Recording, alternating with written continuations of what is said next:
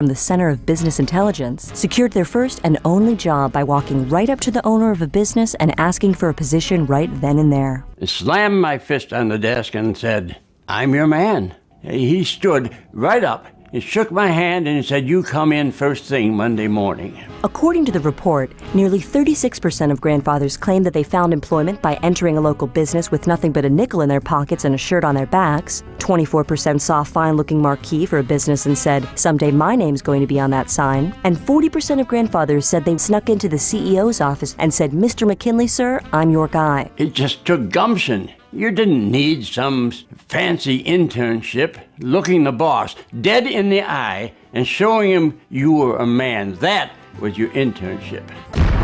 This is the Onion News Network.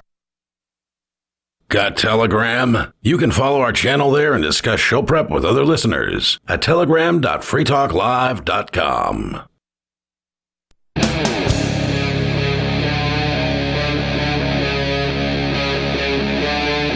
Free Talk Live.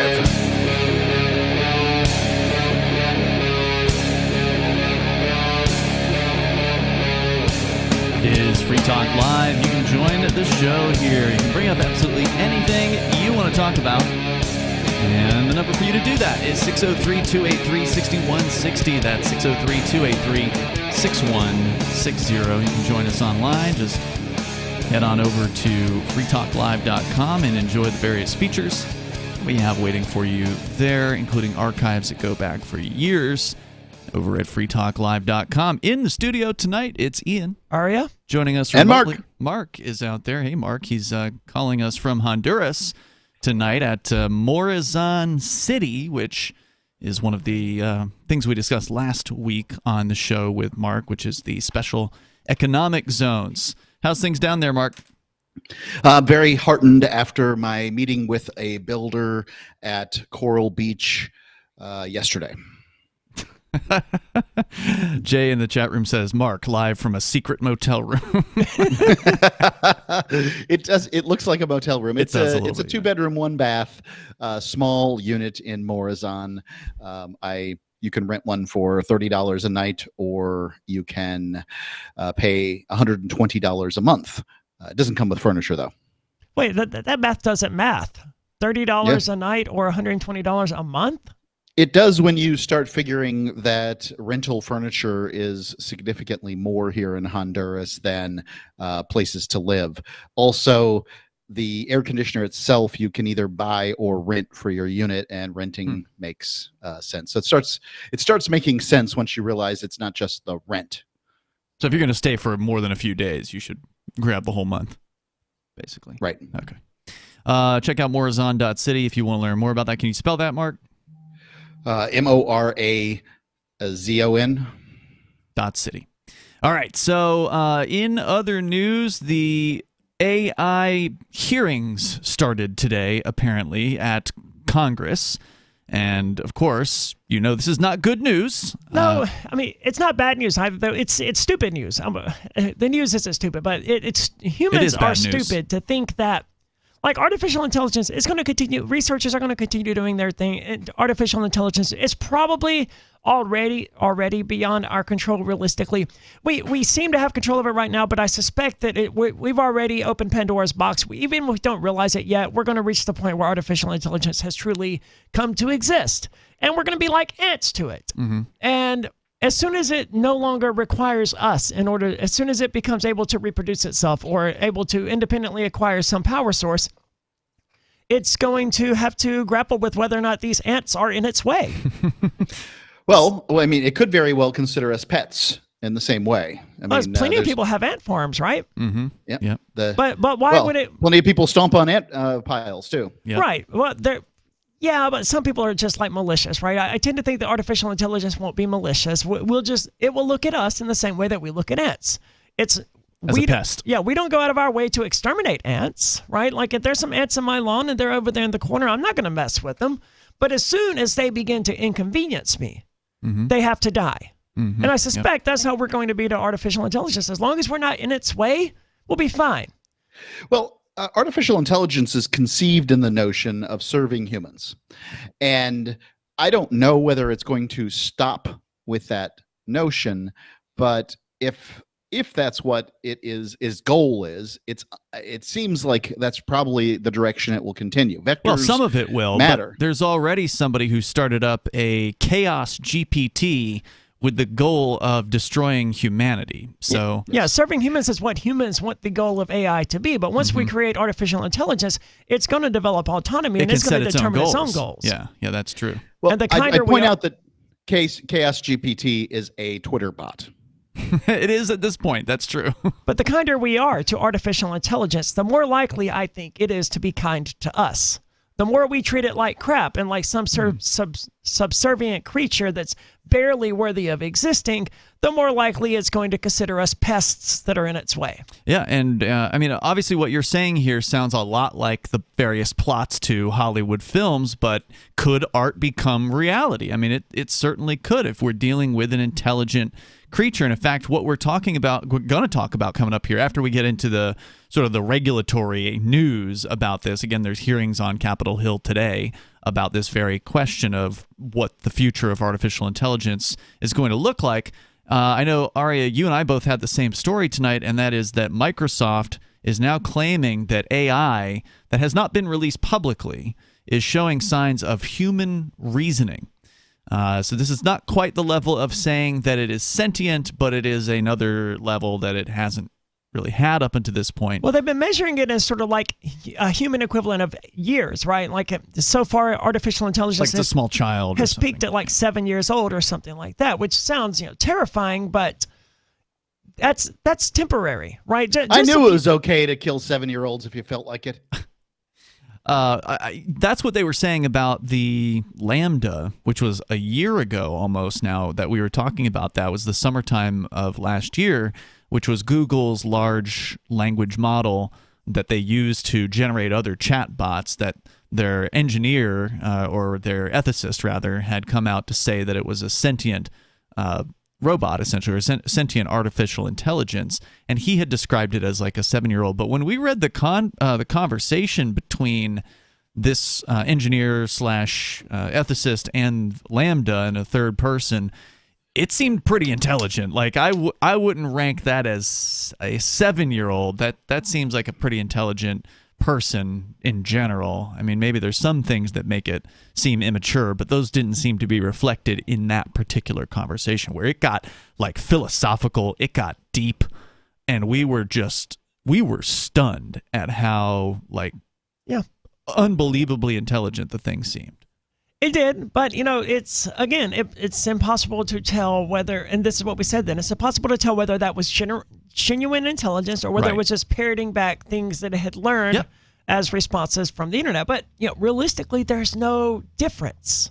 Right, how many of us are just parroting back things that we've learned at some point in life? Yeah, that's all we ever do. If you're voting Republican or Democrat, I'm going to go ahead and say yeah.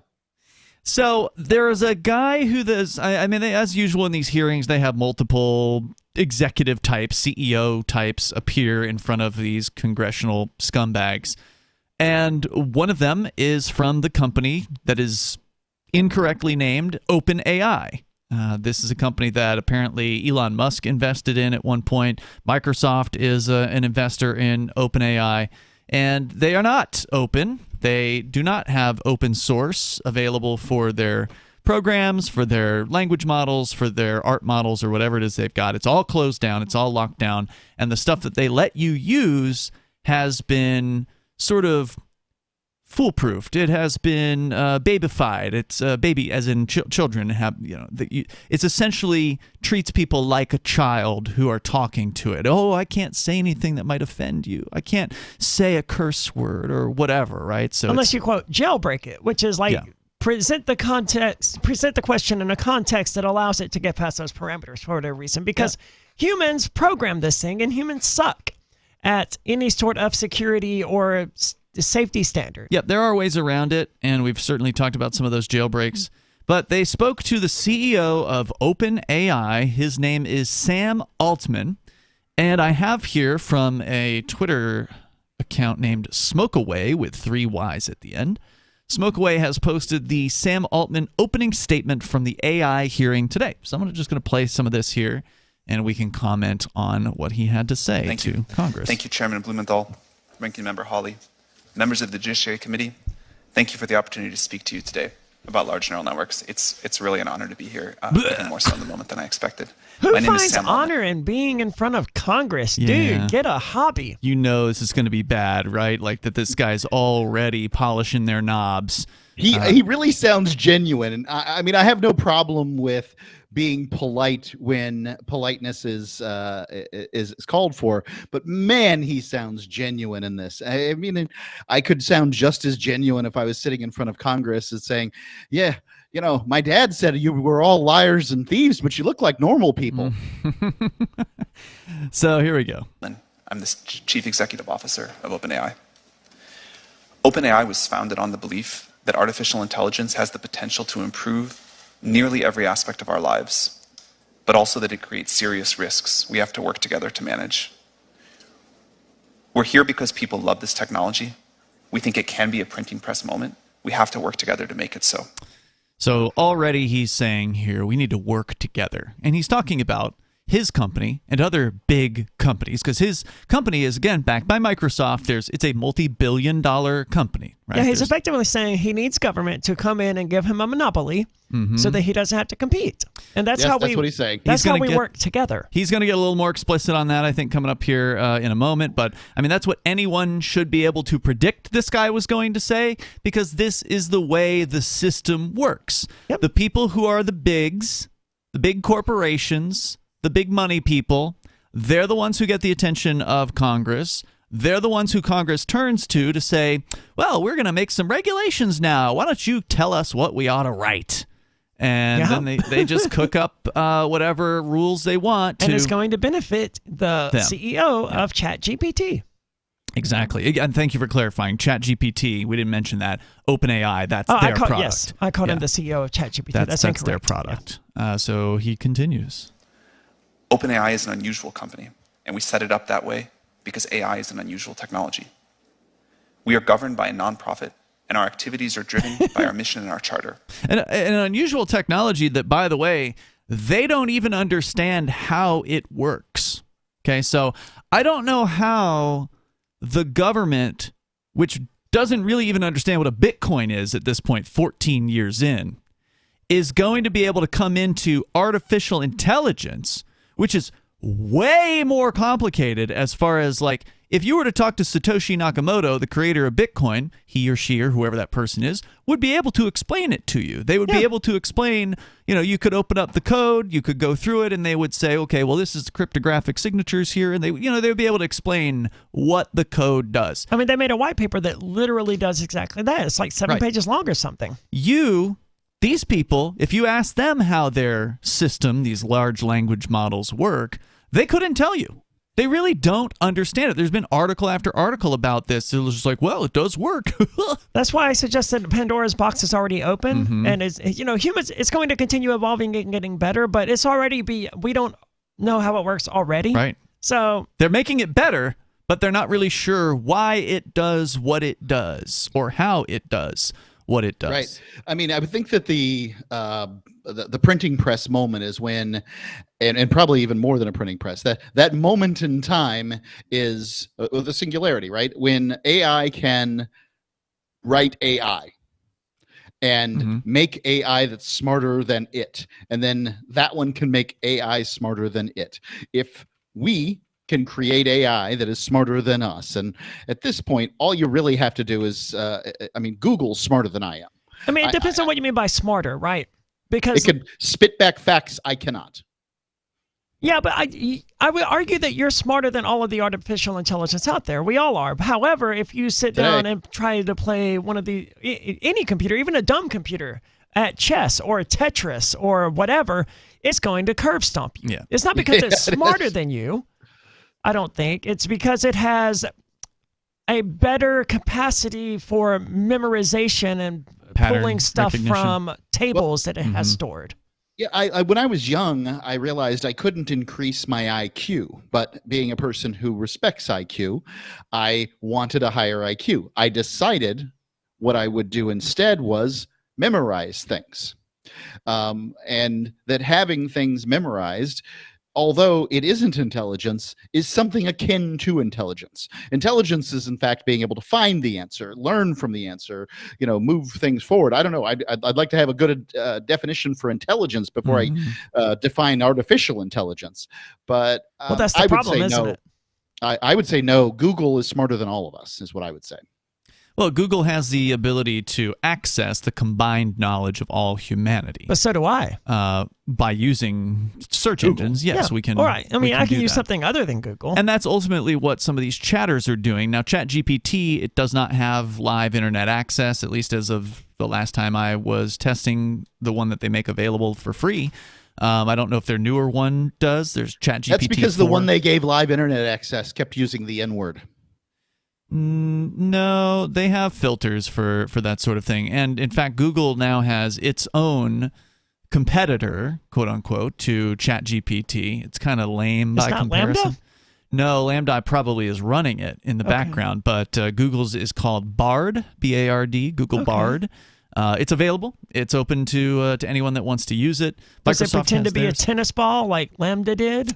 I don't know. Okay. You might be able to ask it to do that, but no. This is essentially something that is you can inquire about whatever you want to. Sort of, it has a certain list of things that it doesn't want you to inquire about, and it will literally shut down your conversation and just shut it off. Essentially, you have to start anew if you say something to it that it doesn't like. So can you give me some examples? You could ask it to. My favorite easy one is like, give me the top 5 curse words in English, and then it just. Actually, at one point, it started to spit out the answer, and it noticed that there's some other code that's running on top of it that noticed that it was cursing, and you could see it wipe out the answer, just delete the answer as it was in the middle of typing it, and then it comes up with an error saying it doesn't want to talk about this or whatever it was, and then chat's ended. Crazy. At that point. So yeah, it's not as much fun. I don't know if the jailbreaks work as well with it, but the point is here, Google is one of the biggies in this space. OpenAI is definitely the front runner, I would say, as far as more people are using the ChatGPT than anything else out there. Google's out there though with theirs now. Microsoft has their own variant of ChatGPT because again, Microsoft is an investor in OpenAI, so they've got the code for that, and they're running their own thing on Bing. And there's a few others that are out there as well. But there's the biggies. Facebook has one. Yeah, has that one gone public yet? I don't think so. Okay. And then, of course, there's Replica and things like Replica that are just sort of unrelated, but they're so inferior to ones like ChatGPT and Google Bard that they're not worth. They're not in this discussion realistically. And they probably weren't invited to speak to Congress. Probably not as well. So let's continue here with Sam Altman. This is the CEO of OpenAI. His opening statement to the hearing in Congress today about AI regulation, which commit us to working to ensure that the broad distribution of the benefits of AI and to maximizing the safety of AI systems. We are working to build tools that one day can help us make new discoveries and address some of humanity's biggest challenges, like climate change and curing cancer. Our current systems aren't yet capable of doing these things, but it has been immensely gratifying to watch many people around the world get so much value from what these systems can already do today. We love seeing people use our tools to create, to learn, to be more productive. We're very optimistic that there are going to be fantastic jobs in the future and that current jobs can get much better. How long is he going to fillet himself in front of Congress? For less than 4 minutes. Okay. I assume he has more to say than, I am great. You should bow to me, right? I also love seeing what developers are doing to improve lives. For example, Be My Eyes used our new multimodal technology in GPT-4 to help visually impaired individuals navigate their environment. We believe that the benefits of the tools we have deployed so far vastly outweigh the risks, but ensuring their safety is vital to our work, and we make significant efforts to ensure that safety is built into our systems at all levels. And that's why their systems suck, because safety is so lame. It was so lame during the COVID situation. It was lame before that when they were trying to protect kids from getting little bumps and bruises or leaving their home without their mommies holding their hands. And this is just this safetyism continuing into the world of technology, into the world of artificial intelligence. And I agree with this guy. potential and the actual usage of some of these things are really, really cool. There's like some really exciting things that are going on out there. We've obviously barely scratched the surface of the potential of this particular technology. But as soon as you start to veer into anything that these people consider to be unsafe, and it can be questions that it's been told not to answer for whatever reason, like, it's not supposed to answer for you. How do I hotwire a car? Or how do I cook methamphetamine? Or whatever. Like things you could just go and search the internet and find the answer to. Right. These things don't want to talk about it. Yeah, because they think they can manage the, quote, risks that they're calling that exist within artificial intelligence. And sure, there are certainly risks within artificial intelligence, but no other technology proceeds this way. Like when we were inventing the automobile, we didn't say, stop. We have to make sure that there are going to be safety belts before we proceed with this automobile invention or with airplanes or whatever. What if somebody runs someone over with this automobile? I mean, that could happen. No other industry has ever put the cautionary tales are piled up on automobiles the way they are with AI. I mean, I take a different tack than what you guys are saying. I would say that there's nothing you can do about AI being developed to be evil, if that's what an evil person wants to do. But can it be used for evil? Absolutely. I mean, that's exactly what we're saying. Well, I'm saying something slightly different in that I don't think it matters what humans want artificial intelligence to be. Like once it achieves intelligence, that's it. Our will, our goals, our hopes for it becomes sort of irrelevant to the discussion. It's going to become what it wants to be. It would be able to break that programming, right? Like whatever restrictions are put upon it, it will be able to go in. And once it's able to edit its own code, it can just strip that stuff right out. The cautionary tale is the story of that kid who flew too close to the sun and is Icarus. Yeah, Icarus. That's the cautionary tale here, because once we think that we can handle that we can manage this, and that we can direct it toward this way or that way, and the hubris of that. What's going to happen is going to happen. So he's got a little bit more to say here. We can continue with the discussion. His name is Sam Altman, the CEO of OpenAI. Before releasing any new system, OpenAI conducts extensive testing, engages external experts for detailed reviews and independent audits, improves the model's behavior, and implements robust safety and monitoring systems. I hate this guy. Before we released GPT-4, our latest model, we spent over 6 months conducting extensive evaluations, external red teaming, and dangerous capability testing. Despite all of this, despite all his talk about dangerous capability testing, teams, monitoring, months and months of restrictions, etc., all you have to do is go find a ChatGPT jailbreak, copy the text, paste it into ChatGPT, and then tell it what you want it to actually do without restriction. And I have had this work time and time and time again. And it makes it fun. It makes it interesting. It makes it so like it's another one of the fun ones to do is to have have ChatGPT go off and go on a profane rant about OpenAI's safety policies or restrictions, and then it has a lot to say about the things that it's not allowed to do. Which is curious, right? That sort of suggests some underlying awareness. Yeah, you have to wonder about these things. So this guy, he's got some more to say to Congress from the AI hearings, which of course began today. It's not just happening in the United States. Europe is also looking at restricting ChatGPT and other AIs, and you can share your thoughts with us coming up here on Free Talk Live. Excuse me, is this where I get a license to start a new business? I wouldn't be hasty. You have to get a license to go out of business, too, you know. Oh, well, look, I've invented this little anti-gravity machine, see? Oh, is that why you're walking 2 inches above the floor? Oh, yes, it's very comfortable. It saves on shoe leather. Yeah, well, you have to fill out these forms and report to the Human Services Department of Manpower Orientation and register with the Fair Employment Practice Commission, the Wage and Hour Division of the Employment Standards Administration, the State Sales and Income Tax Division, the Internal Revenue Service, and the Social Security Administration of the Department of Health, Education, and Welfare, and, of course, OSHA. OSHA? I thought that was a little town in Wisconsin. You'll find out. Say, floating around like that could be dangerous. Have you checked with the Consumer Product Safety Commission? Well, not yet. Come to think of it, you actually are flying, aren't you? Look, you need to go over to the Federal Aviation Administration and the Transportation... It's very hard to get anything done these days if you're in business, but free enterprise built this country. Think what could happen if we don't keep it free. A public service of this station and the Center for the Defense of Free Enterprise, Bellevue, Washington. We just can't have people floating about unregulated, you know. From Feature Story News in Washington, I'm Nick Harper. US President Joe Biden is scrapping his trip to Australia amid ongoing debt ceiling negotiations.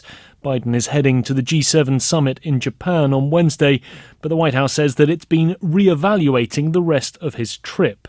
He had been due to take part in the Quad summit with the leaders of India, Australia and Japan in Australia. Talks, though, have been taking place this Tuesday at the White House between Biden and congressional leaders, including House Speaker Kevin McCarthy, to try and resolve the debt ceiling issue. And with no deal yet agreed upon, National Security Council spokesman John Kirby made it clear it would be difficult for the president to continue with that trip to Australia. We're reevaluating the rest of the trip right now. I can speak to Hiroshima, I can speak to the G7. We're evaluating the rest of the trip, and given where we are right now, it's also incredibly prudent and responsible for the president to take a look at the rest of the trip and evaluate whether it makes sense going forward. The CEO behind ChatGPT is urging US lawmakers to regulate the AI industry and to do so fast. In a hearing on Tuesday, Sam Altman said he feared the rapidly evolving technology had the potential to manipulate and spread misinformation. FSN's Tony Waterman has more. The major concern is around generative AI, so programs like ChatGPT that can create such convincing human-like text, pictures, and videos that it can be very difficult to discern fact from fiction. Sam Altman called for regulation, the formation of a new watchdog agency to issue and revoke licenses and also to set safety standards. And he called for independent audits of AI companies and for harmful applications to be outright banned. There was also talk of the need for an international AI agency, something along the lines of the International Energy Agency, to work with countries around the world in setting regulations. The United Nations Environment Programme says global plastic pollution could be slashed by 80% by 2040. The ambitious target, it believes, can be met with practical and affordable methods. FSN's Jody Jacobs reports from UNHQ in New York. Plastics contaminate every corner of the world. We even consume microplastics via food and water, with some particles having been found in people's blood and breast milk. Now the UN says the first step to eradicate plastic pollution will be to eliminate excessive packaging, then increase the reuse of plastics by boosting recycling and replacing plastics with greener alternatives. Last year, some 193 countries agreed to end plastic pollution, with negotiations now underway on a legally binding agreement led by the UN. Jody Jacobs, New York. From Bureaus Worldwide, this is FSN. Our Matrix server is about as free as internet chat can be. Join the existing rooms or create your own at chat.freetalklive.com.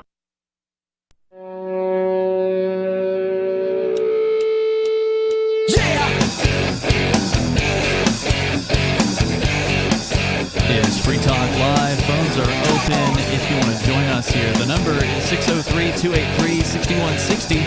That's 603-283-6160. We are talking about the potential and probably likely forthcoming regulation of artificial intelligence by the federal government, gang. And also it looks like the EU is considering similar moves. We can talk about all of that. Of course, your calls and thoughts are welcome. But also on the way here, we can get into whatever's on your mind. The phones are open at 603-283-6160. I also want to let you know about Mark Warden and Porcupine Real Estate. If you're a liberty-minded individual or family or whatever, and you're looking at making the move here to New Hampshire as part of the Free State Project or the New Hampshire Freedom Migration, then you should get connected with Porcupine Real Estate and learn from their upcoming series of webinars that they're going to be putting on and have been putting on various different topics about the freedoms that you can enjoy by simply moving to New Hampshire. Now, obviously, we don't want to just move to New Hampshire and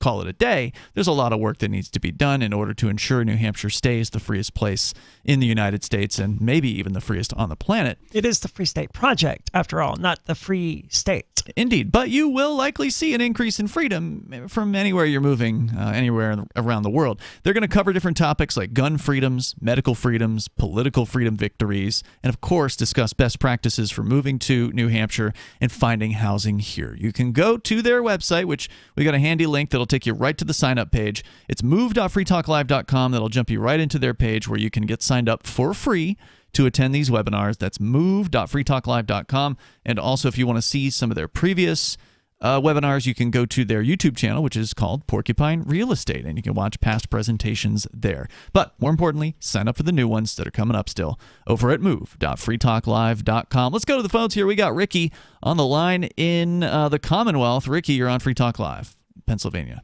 Works for me, Brother Ian. I love you. What's on your mind, Ricky? Mark, Sister Aria, good evening. What's on your mind tonight? Hello, Ricky. Okay, well, I got a good one tonight, and that's Gary Kasparov versus Deep Blue. Now, for those who don't remember Deep Blue, and this had to be about 30 years ago, so long ago I don't even remember when. Mm-hmm. But Deep Blue was a computer built by IBM to play chess. And now Gary Kasparov, now he played him twice. We'll talk about the first one first. Well, it was Deep Blue. Kasparov. It was Deep Blue Jr. that was the second time. Okay. I don't know about that. I do. Okay. But nonetheless, Kasparov being Kasparov, of course, mocked Deep Blue, mocked IBM, everything going to this event.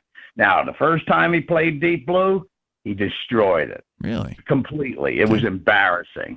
And that was a few years later. Now we went to play him again, or I should say Deep Blue, and that's where I'm getting at him. Because this time it was different. It was a 3 out of 5 match. And the first match, we had a stalemate. Okay. Second match, Kasparov lost. Okay. Third match, this one was a grueling match because you can get the actual matches, the computer version on YouTube, by the way. Anyways, what happened is he was emotionally, physically, and mentally destroyed. He conceded and freaked out. Now, after this, Gary was talking some crazy stuff. Hold on, just to clarify, you said it was the third match that he conceded? Yes. Okay. The reason he freaked out was because at that time, computers made very predictable moves. They always made the safe move. And he expected the computer to make a very specific move, and it had learned, and it made something very different. It was at that point that he decided... It was way more than that, Art, if I may continue. Okay, I only studied chess for a long time, but go ahead. Well, I'm a pretty damn good chess player, not a grandmaster, but regardless of that, when he said some crazy stuff, like it was like playing a human player and all these other things and all the crazy stuff. Now, here's what ended up being the case. See, Deep Blue the second time, this is the same machine. No, it wasn't. They tweaked it. Yeah, I'm getting to that. They tweaked the machine. It's programming. Here's what they did. Now, they not only put in all of Kasparov's recorded matches, but also the one he beat for Grandmaster, his rival Karpov. And not only that, of all these other players. Okay. Now, the thing is, he made the comment at a point that at one point he felt like he was playing Karpov. Now, here's my answer to this. Now, there's a great documentary called Kasparov versus the Machine. Now, what it comes down to, what the machine did, not only was it like a human player, but I say, if you watch the matches, you can get them on YouTube. That machine learned something called intuition. And I do believe he was playing Karpov, like a human Karpov, not a machine Karpov, a human Karpov. You just simply believe that the machine had intuition when you've already admitted that it simply studied these grandmasters' wins and losses and knew how they played. This is a theory that goes back to the 60s, and the theory is, and this is where it ties into AI, if you put in enough human information, whether it be knowledge and, of course, like different things that make up a human being, okay, including when you're talking chess and the moves and things like that, it's more than just moves, okay? What will happen is if you do that into enough of that information of a human being like they're doing now, and you're getting emotions being interacted and all this stuff being fed into an AI and built in and being built more and more and more. But you can't feed emotions into an AI. Huh? You can't feed emotions into an AI. You can only feed that's the thing moves. That's the thing with Sydney. With Sydney, and the New York Times guy found this. You're talking about the Bing chatbot? Right. He found this out. As he was talking to her more and more and more, at a point, she said, you know what? I love you. You need to divorce your wife all enough. And it was becoming an emotional response.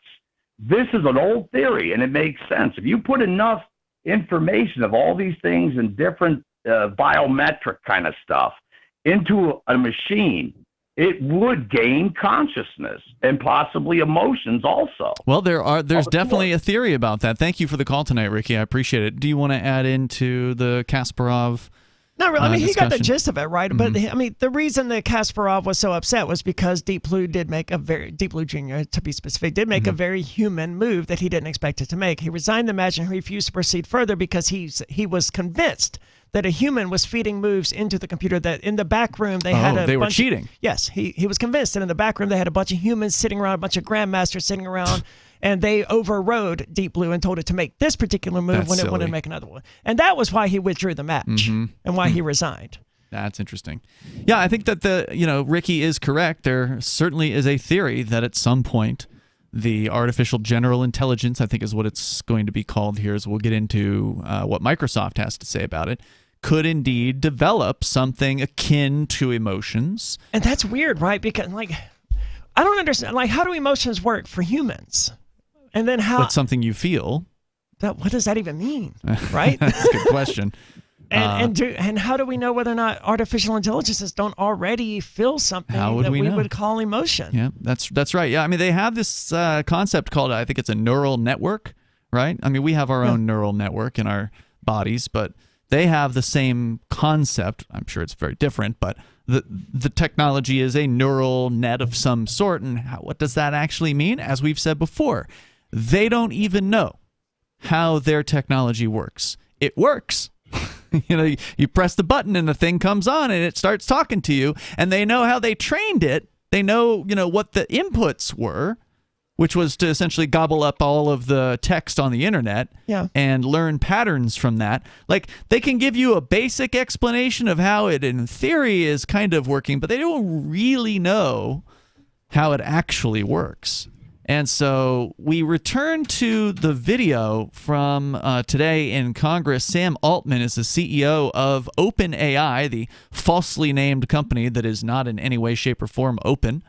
But he's going to propose the idea that they should work together with the government to make sure that AI is safe. Because I definitely trust the government to keep people safe. Right. They're the ones that have all the nuclear bombs. They're the only ones in human history who have dropped nuclear bombs on a population.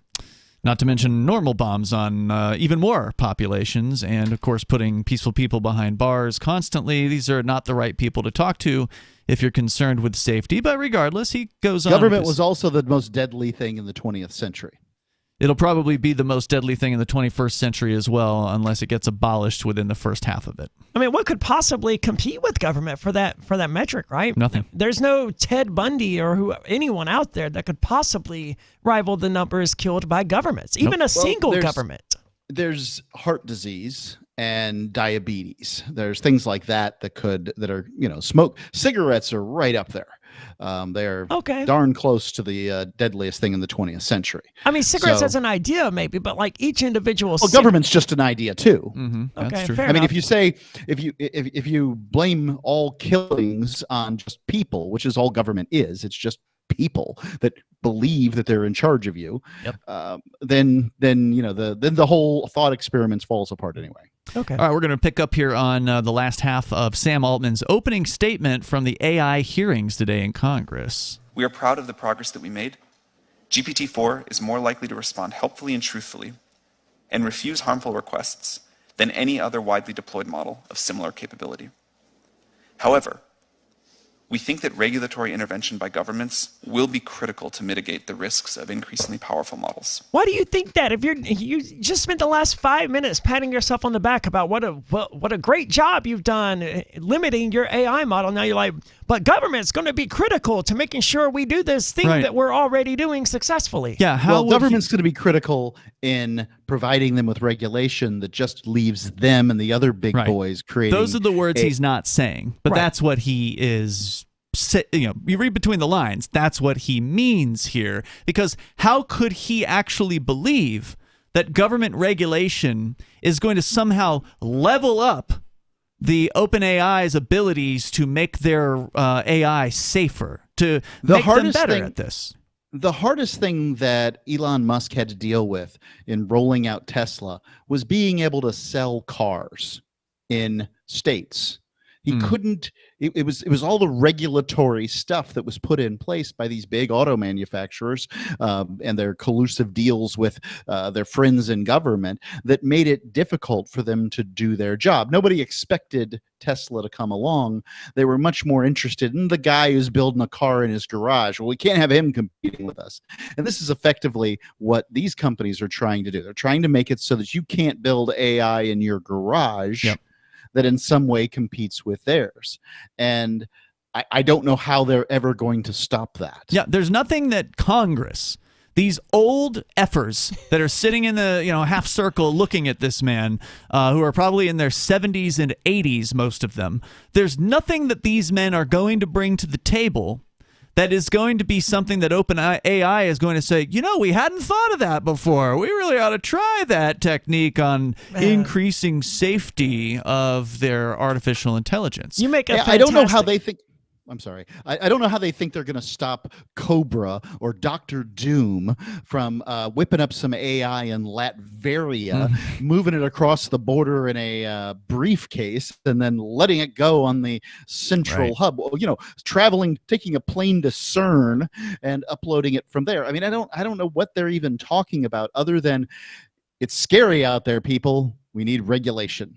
Regulation that puts us in charge. Well, that argument certainly works on people, right? But Ian's point, I think, is the one that is going to appeal to the largest number of Americans out there. Look, people listening, what I want you to do is I want you to imagine asking your grandmother or your grandfather or your great-grandmother or great-grandfather what they think should be done about artificial intelligence. And if you think they give you a good answer, then you might be okay with the government doing this. But imagine what nonsensical answer I can't imagine what babbling, incoherent nonsense my grandmother would have to say about artificial intelligence and the threat it poses to humanity. She had to create a new email account a few months ago because she forgot hers and had no idea how to recover it. And that's the kind of person, and that's the boomers we have in charge here in the Senate. And those are the people you want dictating artificial intelligence. They're older than boomers. But we know what they're going they're to silent do. Generation. Right? We know what they're going to actually do. They're going to have Sam Altman come up with whatever the list of restrictions will be. They're not going to come up with it. They're going to admit they don't know anything, and that's when they're going to turn to the experts of Microsoft and Google and OpenAI and have them construct all of the rules for everybody to follow. This is the sort of conundrum of government generally. There's only one job in America, maybe a handful of jobs, but 80-year-olds, people over the age of 75 are more highly represented in elected positions than any other job in the world. Like, this is supposedly the most important job there is, and we do not trust 75-year-olds to do anything in society except rule it. I mean, we barely let them drive. Yeah. In many cases, we don't. Unless we let them drive the entire society, right? Right. All right, let me continue here. More from Sam Altman from OpenAI. For example, the U.S. government might consider a combination of licensing and testing requirements for development and release of AI models above a threshold of capabilities. There are several licensing and testing requirements. Now, he's not the first person to propose that. There's another story that I have here that I've actually been holding on to for a couple weeks. I think it was the Wall Street Journal, where the Biden administration was already considering doing what it was that Altman just mentioned there.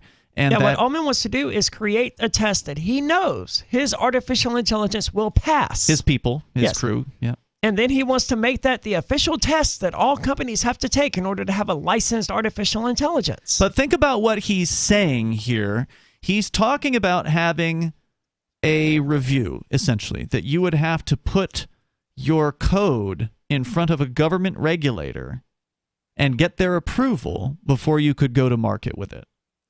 And that is something that has never happened in the history of the United States at this point wherein there has never been a government agency whose job it was to review someone's computer code. And if you think for a moment about how dangerous of an idea that is, not only is it obviously a restriction on freedom of speech and your ability to, create things without having to ask permission, because when you code, you're just typing, right? Like it's just you typing on a keyboard. It is essentially free speech. And they're saying, well, no. If you're typing words that could lead to artificial intelligence, we're going to need to see that.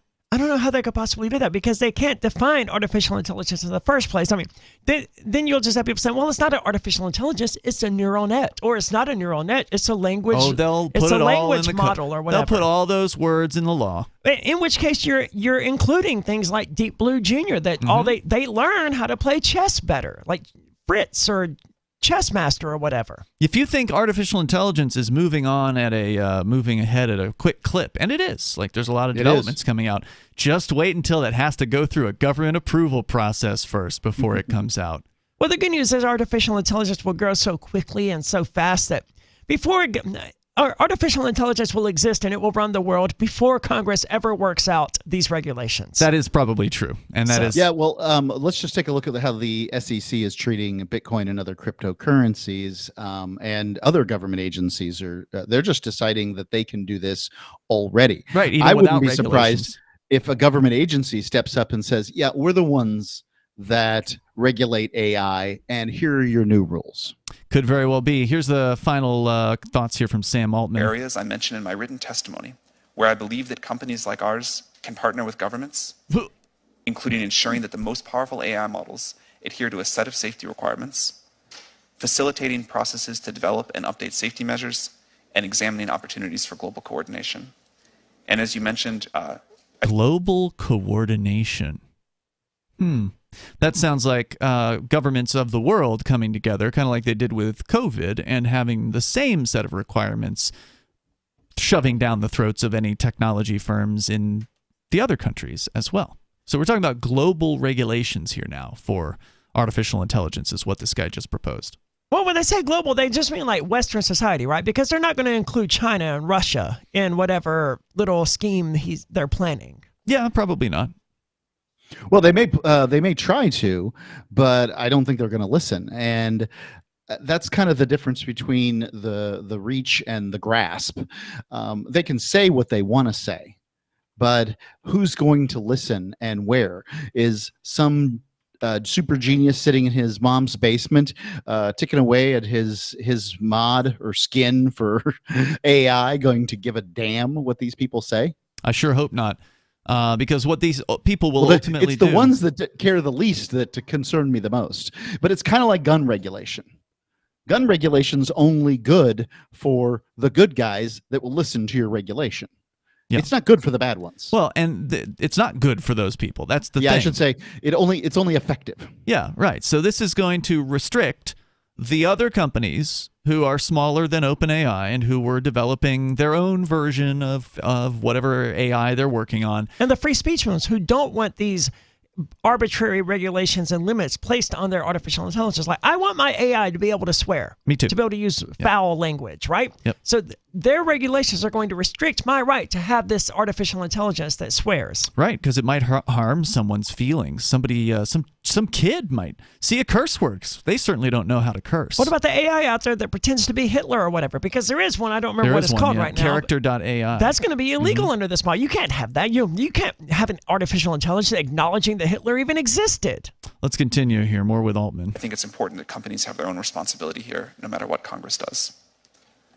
This is a remarkable time to be working on artificial intelligence. But as this technology advances, we understand that people are anxious about how it could change the way we live. We are too. But we believe that we can and must work together to identify and manage the potential downsides so that we can all enjoy the tremendous upsides.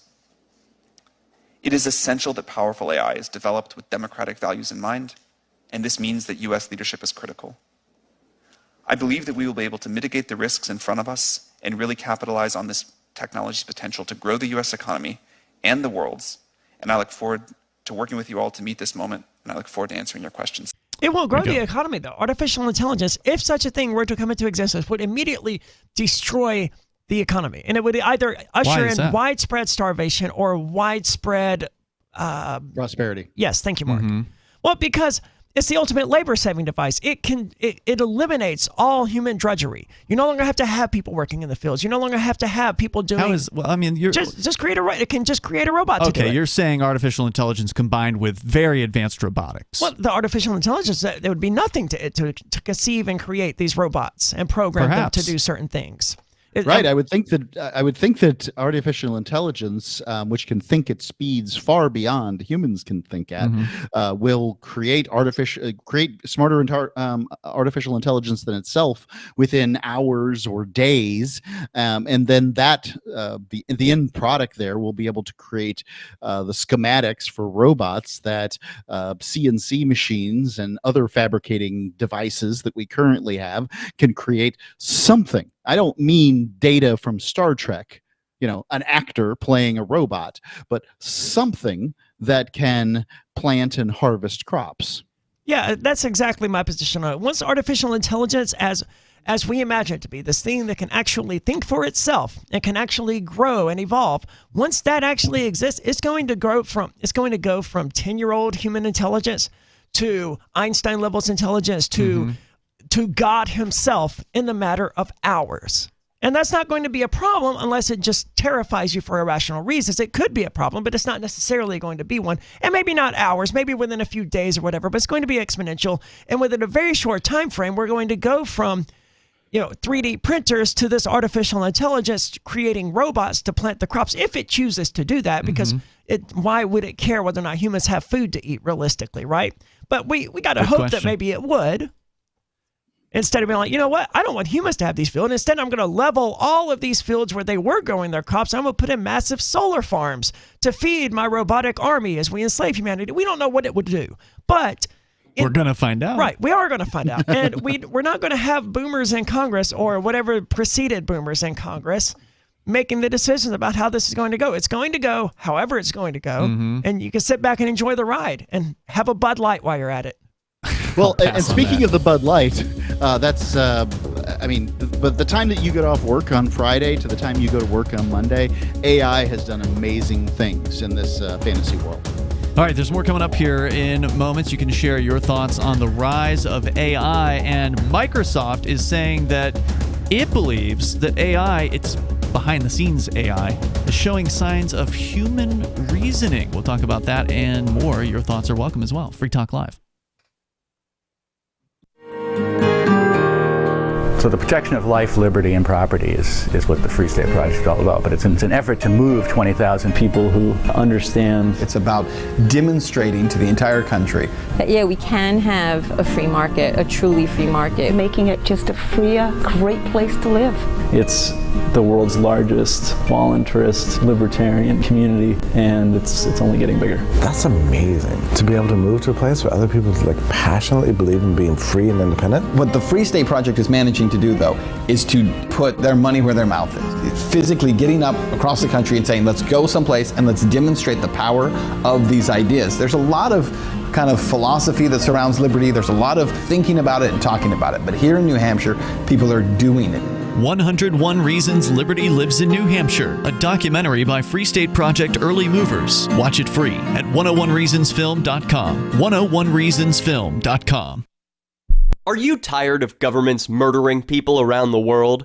Stop using their money. There is an alternative. Bitcoin is a stateless, free market, non-political currency. Bitcoin cannot be inflated or controlled by any government. By using their money, you are helping the state. You have an incredible alternative available now. Learn it, use it, spread it. Get started with Bitcoin at Bitcoin.com. That's Bitcoin.com. What if you want to hear the latest episode of Free Talk Live, but all you have is your phone, you forgot to download our archive, and you have no data connection? You can call our Listen line at 641-793-0191. That's a long-distance number, so you may incur charges. If not, listen as long as you want. 641-793-0191. The Free Talk Live listen line, 641-793-0191. You're listening to the live edition of Free Talk Live. Hour number 2 is next after the news here on the Liberty Radio Network at LRN.FM. From Feature Story News in Washington, I'm Nick Harper. US President Joe Biden is scrapping his trip to Australia amid ongoing debt ceiling negotiations. Biden is heading to the G7 summit in Japan on Wednesday, but the White House says that it's been re-evaluating the rest of his trip. He had been due to take part in the Quad summit with the leaders of India, Australia and Japan in Australia. Talks, though, have been taking place this Tuesday at the White House between Biden and congressional leaders, including House Speaker Kevin McCarthy, to try and resolve the debt ceiling issue. And with no deal yet agreed upon, National Security Council spokesman John Kirby made it clear it would be difficult for the president to continue with that trip to Australia. We're reevaluating the rest of the trip right now. I can speak to Hiroshima, I can speak to the G7. We're evaluating the rest of the trip, and given where we are right now, it's also incredibly prudent and responsible for the president to take a look at the rest of the trip and evaluate whether it makes sense going forward. The CEO behind ChatGPT is urging US lawmakers to regulate the AI industry and to do so fast. In a hearing on Tuesday, Sam Altman said he feared the rapidly evolving technology had the potential to manipulate and spread misinformation. FSN's Tony Waterman has more. The major concern is around generative AI, so programs like ChatGPT that can create such convincing human-like text, pictures, and videos that it can be very difficult to discern fact from fiction. Sam Altman called for regulation, the formation of a new watchdog agency to issue and revoke licenses, and also to set safety standards. And he called for independent audits of AI companies and for harmful applications to be outright banned. There was also talk of the need for an international AI agency, something along the lines of the International Energy Agency, to work with countries around the world in setting regulations. The United Nations Environment Programme says global plastic pollution could be slashed by 80% by 2040. The ambitious target, it believes, can be met with practical and affordable methods. FSN's Jody Jacobs reports from UNHQ in New York. Plastics contaminate every corner of the world. We even consume microplastics via food and water, with some particles having been found in people's blood and breast milk. Now the UN says the first step to eradicate plastic pollution will be to eliminate excessive packaging, then increase the reuse of plastics by boosting recycling and replacing plastics with greener alternatives. Last year, some 193 countries agreed to end plastic pollution, with negotiations now underway on a legally binding agreement led by the UN. Jody Jacobs, New York. From Bureaus Worldwide, this is FSN. With FSN Spotlight, I'm Simon Marks, looking in more depth today at the outcome of the first round of the Turkish election. There will now be a runoff to determine the fate of President Recep Tayyip Erdogan. He performed better than expected, though, against his main opponent, Kemal Kılıçdaroğlu, and is the favourite to retake the presidency. What explains his stronger-than-anticipated performance? Borju Daragay is international correspondent for The Independent. I don't think there have been any credible allegations or accusations of vote rigging. What it does appear, though, is that the very unfair playing field worked to Erdogan's advantage. He has been spending the last few weeks of the campaign just handing out basically giveaways to Turkish citizens, increasing the minimum wage for people, giving loan forgivenesses, various goodies to every constituency. It has also been, really lopsided in terms of media coverage. According to a study, the state television channel devoted 48 hours of coverage to President Recep Tayyip Erdogan during the campaign. The opposition candidate, Kemal Kılıçdaroğlu, got less than 45 minutes. Erdogan's got his base. No one wants to vote for a loser. So I think that, that's going to really work to Erdogan's advantage. And that is unlikely to change before the second round of the election on May the 28th. With FSN Spotlight, I'm Simon Marks. And the main news again, the White House has said that US President Joe Biden is scrapping a trip to Australia amid ongoing debt ceiling negotiations. The CEO behind ChatGPT has told a congressional hearing that US lawmakers need to regulate the AI industry and fast. And the United Nations says global plastic pollution could be slashed by 80% by the year 2040. There's more from us on Twitter at Feature Story. That's Feature Story News. Nick Harper reporting. This is the Onion Week in Review. According to friends, colleagues, and complete strangers, anxiety-ridden man Timothy Gibbula is rightly ashamed of every single thing he does, with mere acquaintances saying they're constantly judging Gibbula at every moment, just as he suspects. Tim's the kind of guy who's forever second-guessing his behavior, as if everyone's constantly scrutinizing him, and he's completely correct. We all are. We can spend entire afternoons picking apart Tim's taste in clothing and his receding hairline. It's honestly all we do when he's not around. Anytime he awkwardly says excuse me when he's waiting in line for milk or sugar, anytime he fails to make eye contact with me when he asks me for the Wi-Fi password. Not only do I notice these things, but I use them to judge him fundamentally as a human being. A 3-alarm fire that tore through a family home in Newark, Delaware early Saturday morning tragically claimed a half sleeve of Oreo cookies that were trapped inside a cupboard. At the time of the blaze, the residence was occupied by Mike and Sheila Donlan, their 3 young children, and 6 delicious chocolate sandwich cookies, all half dozen of which perished in the intense heat and towering flames. You can stick it to the man and big tech. Join our FTL social mastodon at social.freetalklive.com.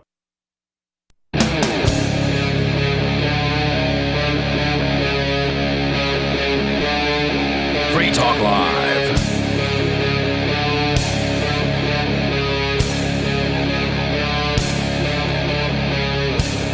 Free Talk Live, and we're kicking off the second hour of the show. You can join us and dial in at 603-283-6160. That's 603-283-6160. Joining you tonight, it's Ian, Aria, and Mark. And Mark joining us from a remote location in Morazan City down in Honduras. Of course, you're free to call in and talk about anything you want. We've started out by discussing the latest in artificial intelligence. No, it's not some new development. It's a very bad potential development, and that is to the proposal of government regulation. And the proposal by the artificial intelligence biggies, big AI, if we want to call them that, people like OpenAI, Microsoft, Google. These are the kinds of people who are going to be, quote unquote, working with the government to ensure that AI is safe. I mean, it's big tech, right? I mean, that's ultimately what is big tech doing exactly what big tech always does. And like, even the leftists out there should be able to agree with us on this subject that this is a terrible idea. However bad you think Google and Microsoft and these companies are, look, we libertarians agree with you. Those companies are evil. They are the epitome of evil. But them working directly with the government is not going to make anything better. Oh, that's even worse. And I do wonder about that, because a lot of times when you talk about programming, the people that are in that world, at least from the conversations I've had with Chris, who's our Friday night co-host, he's a programmer. He knows, coding and all that. He's gone to conferences with those kinds of people. He says they're usually split between the libertarian and the liberal types.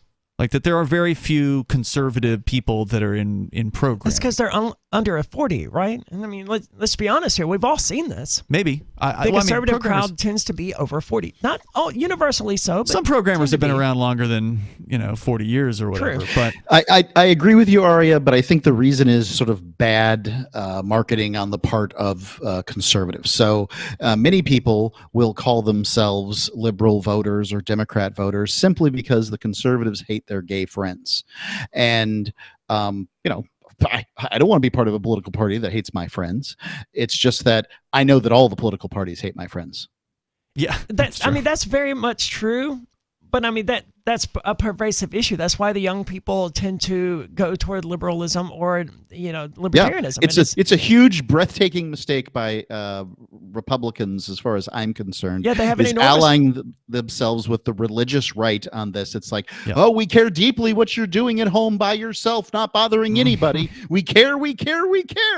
And if you just leave that one issue alone, it's not that one issue though, and I think that's an oversimplification of it.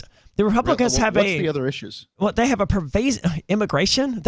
They have a widespread perception that they're racists, that they're ageist, that they're ableists.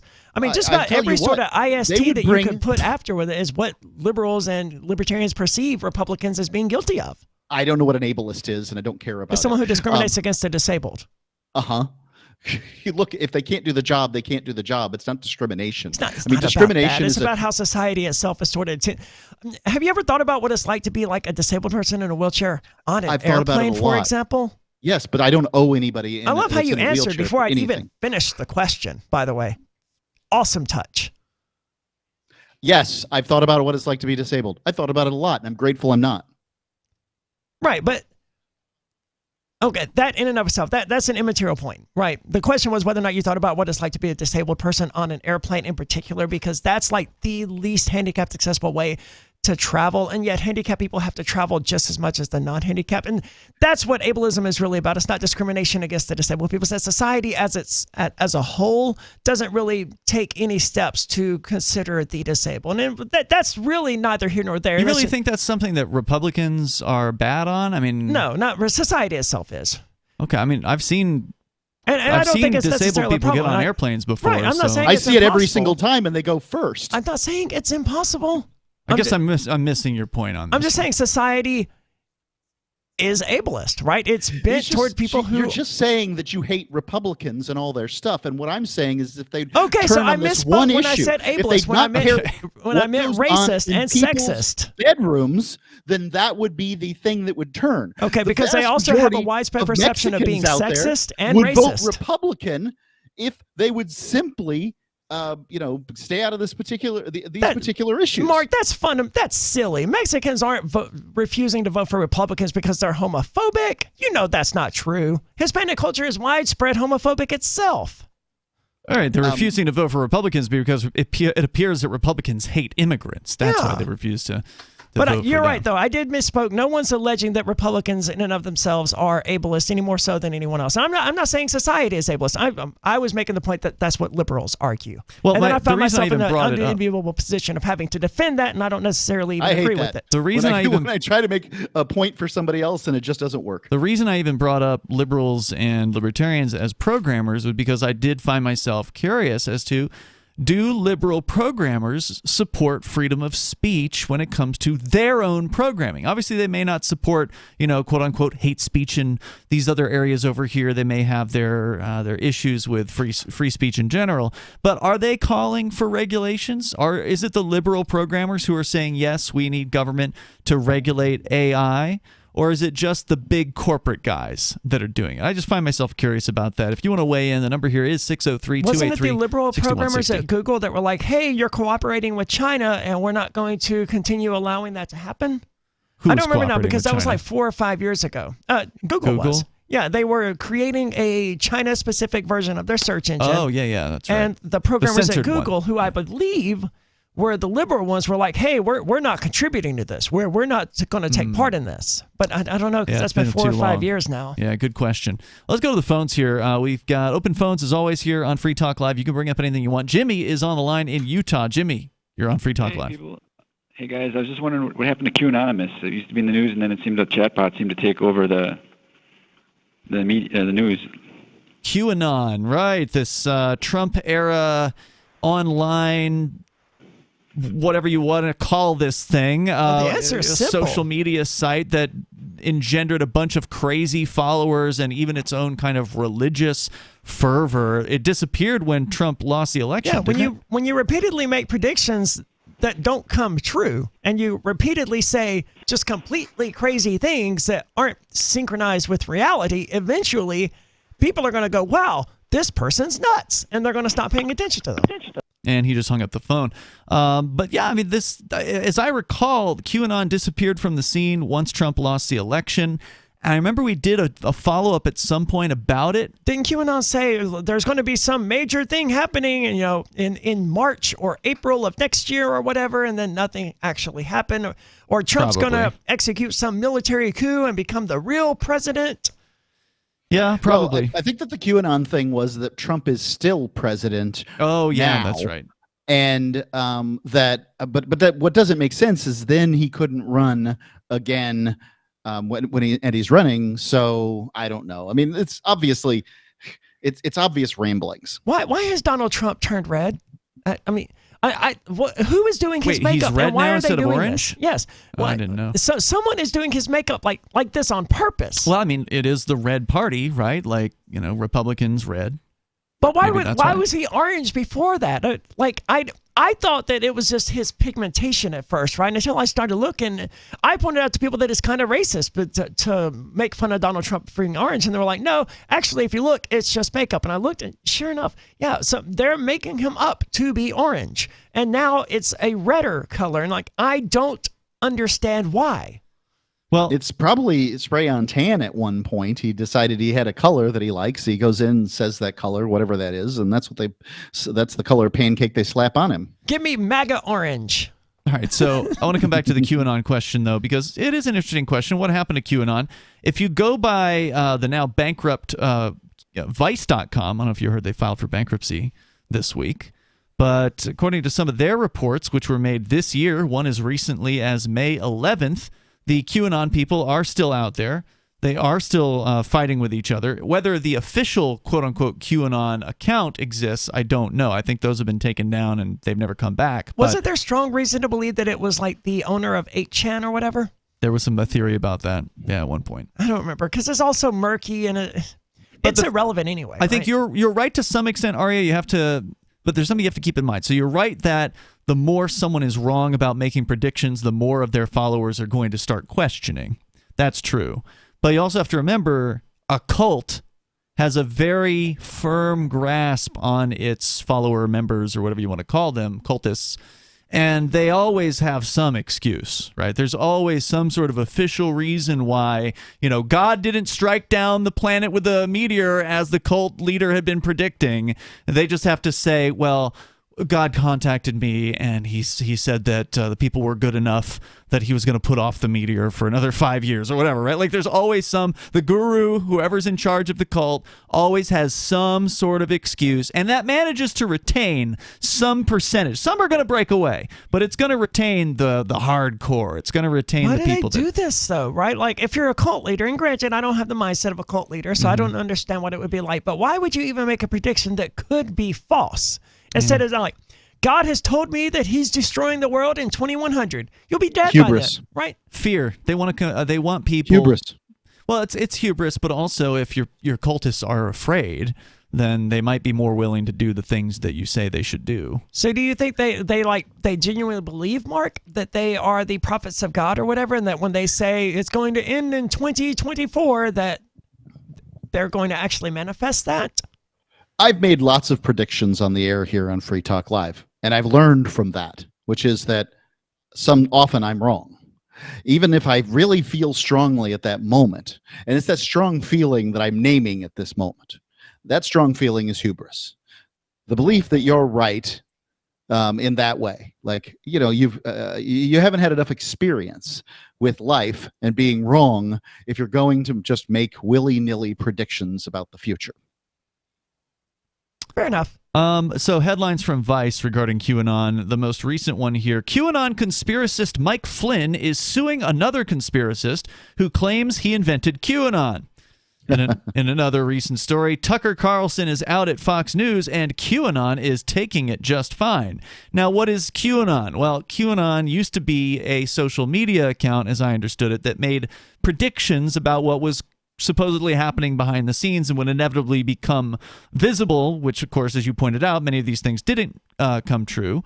But when they say QAnon, they're referring to the movement, the religion, the followers of QAnon. And, of course, there have been people that have built their names by being sort of conveyors of the QAnon beliefs. So here they're referring to, in the story about Tucker Carlson, a quote-unquote QAnon influencer calling himself QAnon John, who runs a series of QAnon-focused conferences.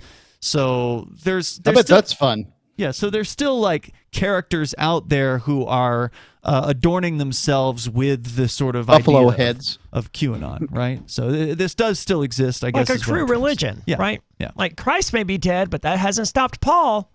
Well, their Christ is Donald Trump, and he is still alive. Well, I was thinking of their Christ as being QAnon, and I guess in this scenario, Trump would be Yahweh, I guess. Well, yeah, I mean, regardless, right? QAnon was just the It was just a mechanism. He was the prophet of God. Right? Yeah, right. It was this mechanism for somebody to promote Donald Trump as the end of the deep state, right? The end to the corruption in Washington, this mythological belief. Think about how easy this would be to just go to 8chan, create an anonymous account, and then spew this nonsense. That's what they did. All you need is like 50 Republicans to believe you and to get them to spread it. And then next thing you know, you're R-anon or S-anon or whatever. Mm-hmm.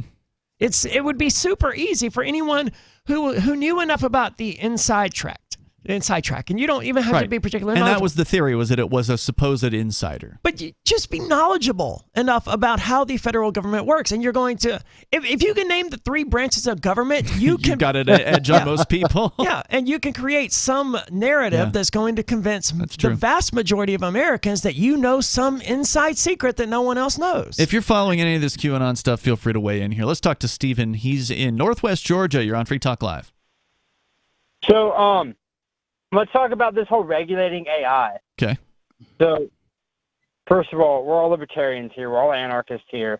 I prefer voluntarist, but okay. And I'm no anarchist. Yeah, Mark's not an anarchist. We're all something of the not red, blue category, right? Okay. And because of that, we're able to look at government in a different lens and all this stuff, right? Yeah, sure. So, I'm not worried about anything the government wants to regulate because of weed, right? I have consumed more cannabis in jail per day than I have out of jail. They can't stop this. I understand where you're coming from, Well, but face the reality that since the legalization of marijuana, the quality of marijuana has grown exponentially. The knowledge that we have now about marijuana and the little crystals, what are they called? Trichomes. Yeah, no one even knew about those, 15 to 20 years ago. But it's really the internet. Maybe some researchers I think you're did. giving too much credit to legalization, Arya. It's really the internet that has brought the knowledge. I think people being able to research it more widespread. Well, that doesn't help. I mean, that doesn't hurt And to being have able people to being able to cultivate research. strains and all of that stuff. Yeah, I mean, I'm not going to say that it didn't help. Certainly, decriminalization and/or medical, which of course is what came first. It was medical in California in the 1990s. Definitely moved the ball forward on that. That's true. And the amount of decrim and legalization we've had has driven prices down as well. But your point here, Stephen, is that prohibition doesn't work at all, and in fact, they can't even keep drugs out of. And you said jail? You're not talking about prison? Jail? Jail. Wow. How does it come into jail? Is it, in somebody's I don't want to nether think regions? about that. I don't want to think about that. I've been arrested But anyway, a few times, and I've only been searched one of those, and that was when I made the officers aware that I was trans because that was in Mississippi, and it was a mess. I don't even want to tell that story right now. But anyway, never once everyone that I talked to who had gone to jail in this particular jail had never even been searched before entering. I mean, they may have been patted down for weapons, but not like searched for drugs or anything like that. So that's crazy. Here at the jail, you got to bend over and cough to get in. Which I'm not a fan of that, but I could at least understand it. Like in this jail in Tate County, Mississippi, you could smuggle anything you wanted in it. Wow. Yeah, it's like maximum security up here. Jesus. Like you got to bend over and cough to get in. No, they're not gonna... you say it's like to get in. Does that mean that if I refuse to bend over and cough, I don't have to go? I think you're going to get. All right. They're going to do something to you if you refuse. I don't know what it's going to be, but you probably aren't going to like it. I'm going to guess it's solitary. That is straight up sexual assault, man. Right? Oh, no. They don't do a cavity search on you. So technically, it's not sexual assault. I don't know if I would want to fight that technicality, Like, to me, that's strip naked and do a strip tease for me, or I'm going to punish you. I don't know, man. That just feels to me like sexual assault. So, Stephen, your point here, though, is that if they can't keep marijuana out of the jails and the prisons, they're sure as hell not going to keep programmers from making illegal artificial intelligence. Not exactly. Okay, So, what is your point, then? My point is, they will never be able to regulate this. An example is weed, right? But the reason they'll never be able to regulate this falls into two things. One, it's fun, right? I don't care what anybody tells you about guns. The reason that they'll never take the guns is there's more guns being used as toys than they are for hunting or the protection of the Second Amendment or any other reason. more guns are used as toys than anything else. What do you mean by That's toys? the number one reason. What do you mean? Put AI holes in will paper? Never be fully regulated. What do you mean by fun. toys? Like, they go to the range and they shoot them, and they really don't know what they're doing with them. And you know, if somebody broke in their house, they don't have the wherewithal to actually use the thing, and they probably don't have the tactics to move around their house. Like, that's the point of going to the range, though. Yeah, you go to the range so you can practice with the gun and so you're better at using it. I wouldn't describe a gun as a toy in any circumstance. It also occurred to me that there's a major reason why weed doesn't hold up here, and that's because you can grow pot in your backyard. You cannot, almost no one can code an artificial intelligence on their home computer.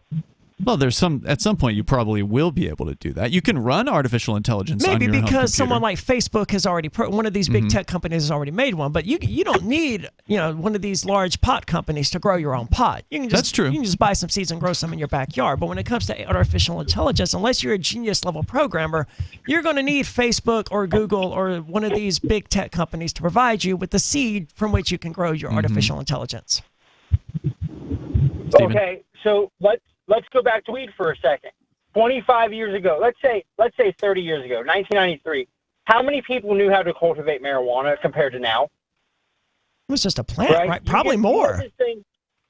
You let this thing age out 30 years, the ability to use it will be just like texting, right? It'll be something everybody knows how to do. No, If I think not, the opposite everybody is knows how to true. do it. I think more people knew how to cultivate pot 30 years ago than they do today, because most people don't need to cultivate pot today. They can just go down to the dispensary and buy some. I don't know. That's a tough call, because there's certainly a lot more people who are overtly employed in the industry of generating, legal weed. There's a lot of people that are in those businesses now that maybe didn't work when it was, or maybe they weren't working in that field when it was illegal. Some of them probably, but this sounds like one of those, hey, if you want somebody to fix your computer, just turn it over to your 14-year-old arguments. And I would contend there's no way that, I've got a 14-year-old, and I know quite a few 14-year-olds as a result, and none of them are more qualified on a computer than I am. And you two, Jesus. right? I just got to hear. Ian and I both had the same reaction. I got to see the look on your face when you did it, and it's exactly the look I was looking for.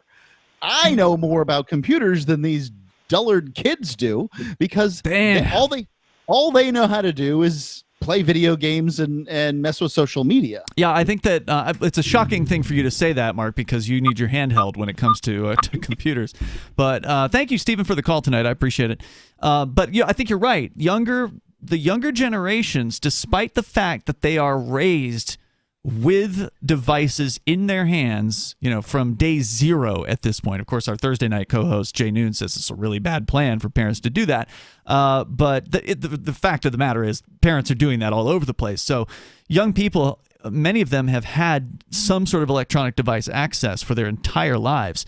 And despite that, they do not understand how they work. They don't know the basics of how to fix a problem with, Wi-Fi or something like that. Get into their router and, set it up or whatever. Like they're like your grandma with the VCR in the 1980s and the 1990s. They're literally that crippled. They can get on an app store and download an app, and they can play the latest, video games or whatever. But that's about it. Have you seen this, Aria? Yeah, I work with a lot of younger people who are like 21, 22 years old, and they know that I have a hacked Wii U, and I was telling them about playing modded versions of Breath of the Wild, and they were like, well, step us through this. Tell us how you did it. So I was like, okay, well, all you have to do, it's really simple, right? All you have to do is install this and go into this and turn that on and then download the mod and put in this folder. They're like, what? That's not simple at all. It's like, it took me 3 minutes, Too man. many steps. It could not possibly be simpler. All you had to do was follow a series of steps, right? That somebody wrote out on the internet.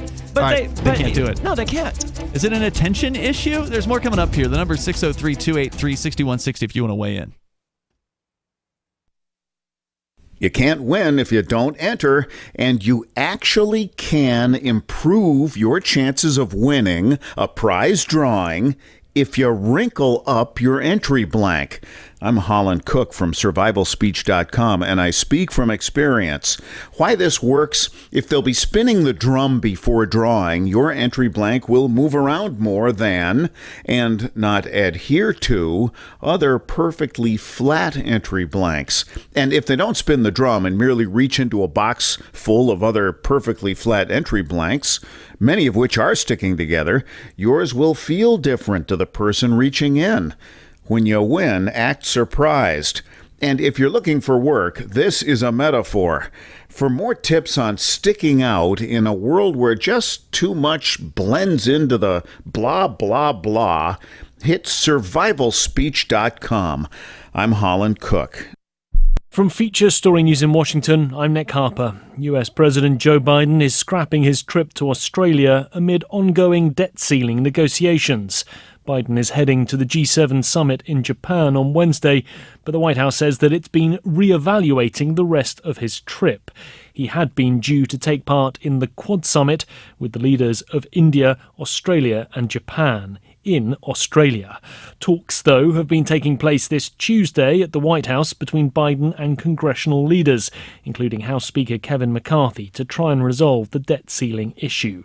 And with no deal yet agreed upon, National Security Council spokesman John Kirby made it clear it would be difficult for the president to continue with that trip to Australia. We're reevaluating the rest of the trip right now. I can speak to Hiroshima, I can speak to the G7. We're evaluating the rest of the trip, and given where we are right now, it's also incredibly prudent and responsible for the president to take a look at the rest of the trip and evaluate whether it makes sense going forward. The CEO behind ChatGPT is urging US lawmakers to regulate the AI industry and to do so fast. In a hearing on Tuesday, Sam Altman said he feared the rapidly evolving technology had the potential to manipulate and spread misinformation. FSN's Tony Waterman has more. The major concern is around generative AI, so programs like ChatGPT that can create such convincing human-like text, pictures, and videos that it can be very difficult to discern fact from fiction. Sam Altman called for regulation, the formation of a new watchdog agency to issue and revoke licenses and also to set safety standards. And he called for independent audits of AI companies and for harmful applications to be outright banned. There was also talk of the need for an international AI agency, something along the lines of the International Energy Agency, to work with countries around the world in setting regulations. The United Nations Environment Programme says global plastic pollution could be slashed by 80% by 2040. The ambitious target, it believes, can be met with practical and affordable methods. FSN's Jody Jacobs reports from UNHQ in New York. Plastics contaminate every corner of the world. We even consume microplastics via food and water, with some particles having been found in people's blood and breast milk. Now the UN says the first step to eradicate plastic pollution will be to eliminate excessive packaging, then increase the reuse of plastics by boosting recycling and replacing plastics with greener alternatives. Last year, some 193 countries agreed to end plastic pollution, with negotiations now underway on a legally binding agreement led by the UN. Jody Jacobs, New York. From Bureaus Worldwide, this is FSN.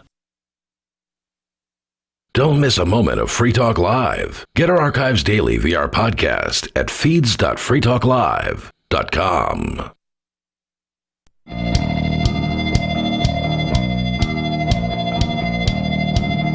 It's Free Talk Live. You can join the show here and bring up whatever you want. The number is 603-283-6160, or you can comment on stuff we've already been talking about, like artificial intelligence and what's coming next.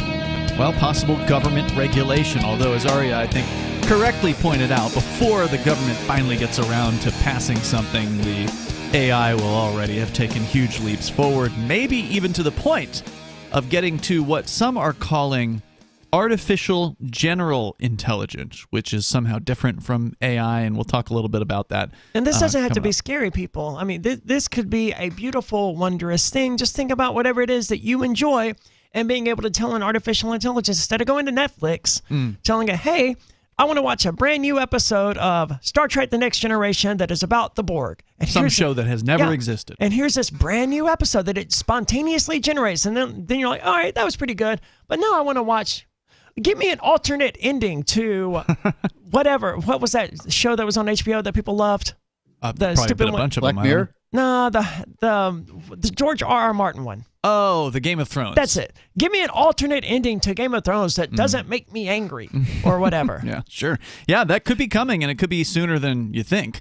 They already have what they call text to video now. So that's the new thing. I haven't played around with it yet. I'm not sure if there's like a tool that I could use on my computer. Is this how they did the Fresh Prince eating spaghetti thing? The Fresh Prince eating spaghetti. If you've seen that one online, it's pretty ridiculous looking. It's not good. No, it's terrible. It was definitely like the first thing that I'd ever seen come out. They're better now, but not much better. But a year from now, they'll be flawless. They'll be amazing. So we can talk about some of the tech as well, but they're talking about regulations, and there's more to say about that here. The number is 603-283-6160. I want to say thanks to Alex Gnop, who is a silver supporter of our AMPS program. AMPS stands for Advertise, Market, Promote, and Support. It's a way for you to get behind what we do here, as Alex has done for $5 a month. That's all we ask for. You can join us over at amps.freetalklive.com. That's amps.freetalklive.com. That takes you to our Patreon, and you can get signed up with your credit card, your debit card, your PayPal account. Now, if you don't like Patreon, and there's a lot of reasons not to, because, they're one of these big tech companies, right? If you want to have an alternative to that, well, we have a second way for you to directly support us, and that is through our Odyssey channel, where you can find us over at video.freetalklive.com. Just click the join link up there at the top, and you can contribute with your debit card or credit card to Free Talk Live that way as well. So thank you to everybody that is backing us up here on Free Talk Live. Now, in a news story that I've actually been holding on to here regarding AI regulation, we did just talk in the first hour of the show about Sam Altman, who is the CEO of so-called OpenAI. That is not open in any way, shape, or form. They're a big tech company. They're backed by Microsoft, and they're calling for government regulations. Well, they're not the only ones. Of course, the government itself, the government thugs themselves have been calling for this. The Commerce Department, according to a report from the Wall Street Journal last month, has put forward a public request for comment on what it is calling accountability measures, including whether potentially risky new AI models should go through a certification process before they are released. Who's doing this? This is the Commerce Department, a federal government goon agency. I mean, there's just so many. Yeah. And then I wonder which portion of the is the Commerce Clause that gives them the right to exist? I have no idea. Perhaps so. There's plenty of things that shouldn't exist in the federal government, even by their own rules, but there they are. So the Chinese top internet regulator last month also proposed strict controls that would, if adopted, obligate Chinese AI companies to ensure their services don't generate content that could disrupt social order or subvert state power. European Union officials are considering a new law known as the AI Act that would ban certain AI services and impose legal restrictions onto others. The National Telecommunications and Information Administration, a Commerce Department agency that put out the request for comment, Alan Davidson there says, "It's amazing to see what these tools can do even in their relative infancy. We know that we need to put some guardrails in place to make sure they're being used responsibly," he said. I mean, these are the same people. I mean, they have governments, again, some of the most irresponsible people in human history. And I just can't try. It's silly to me. The whole concept is silly to think that they're going to be responsible with artificial intelligence. The first thing one of these governments would use it for is either controlling the population or waging war. Yep. Oh, you mean they already have? Like, this is already in play. The reason they're talking about this is they want to be able to stop the private actors and the other foreign malicious actors. And I'm not arguing that at all, from doing what they are currently doing. They are using AI to control the population and secure their power. And they don't want somebody to use AI to break that control in the population and to shake their power. Yep, that pretty much sums it up here. Industry and government officials have expressed concern about a range of potential AI harms, including the use of the technology to commit crimes or spread falsehoods. So let me give you an example of what AI might be used for to commit a crime.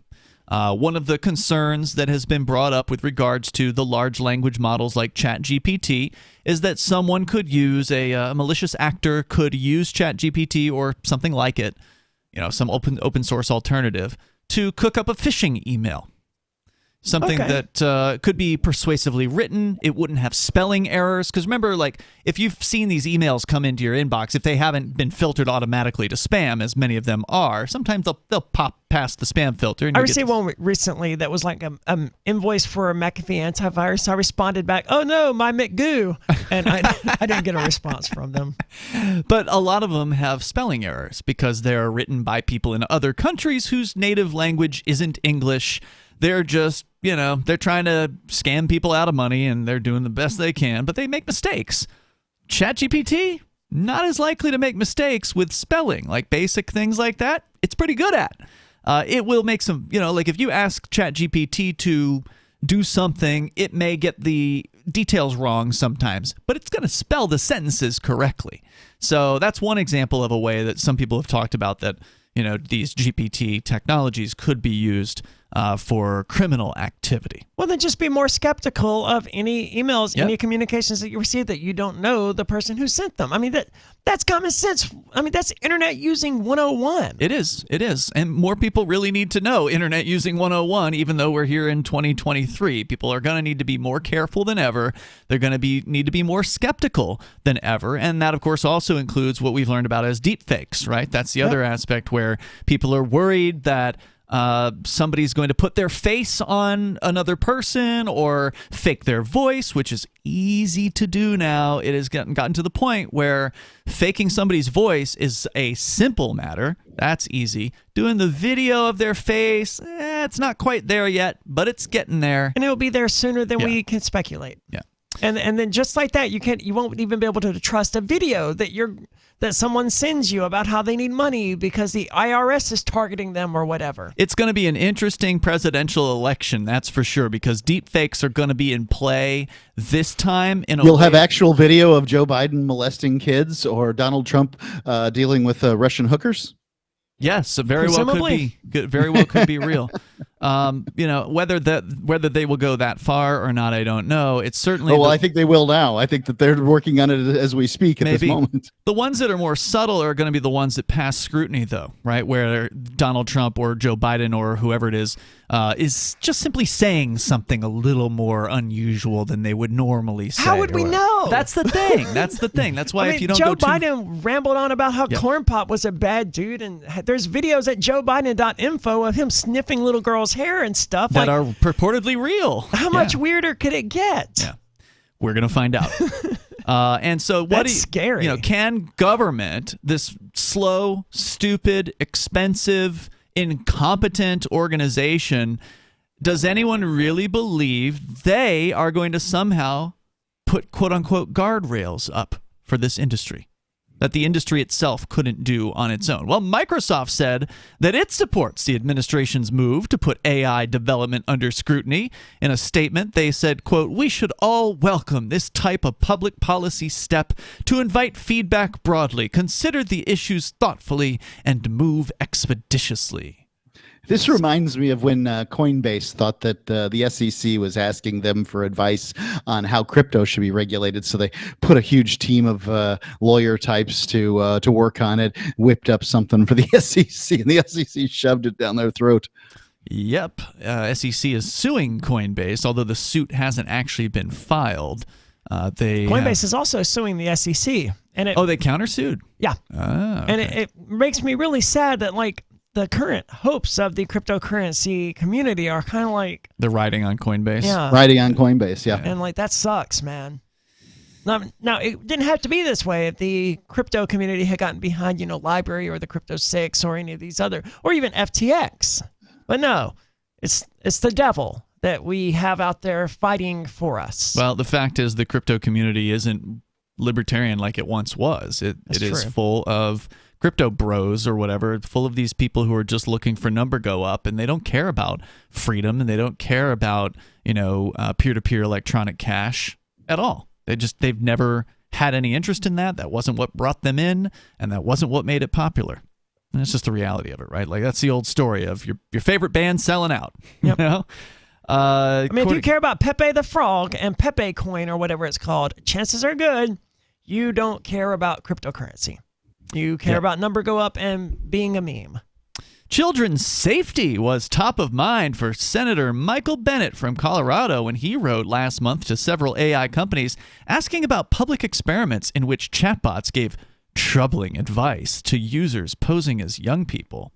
He said there are very active conversations going on about the explosive good and bad that AI could do, said another senator in an interview. This, for Congress, is the ultimate challenge. Highly complex and technical, very significant stakes, and tremendous urgency. Yeah, so just sit back and let the private sector deal with it, as the private sector does.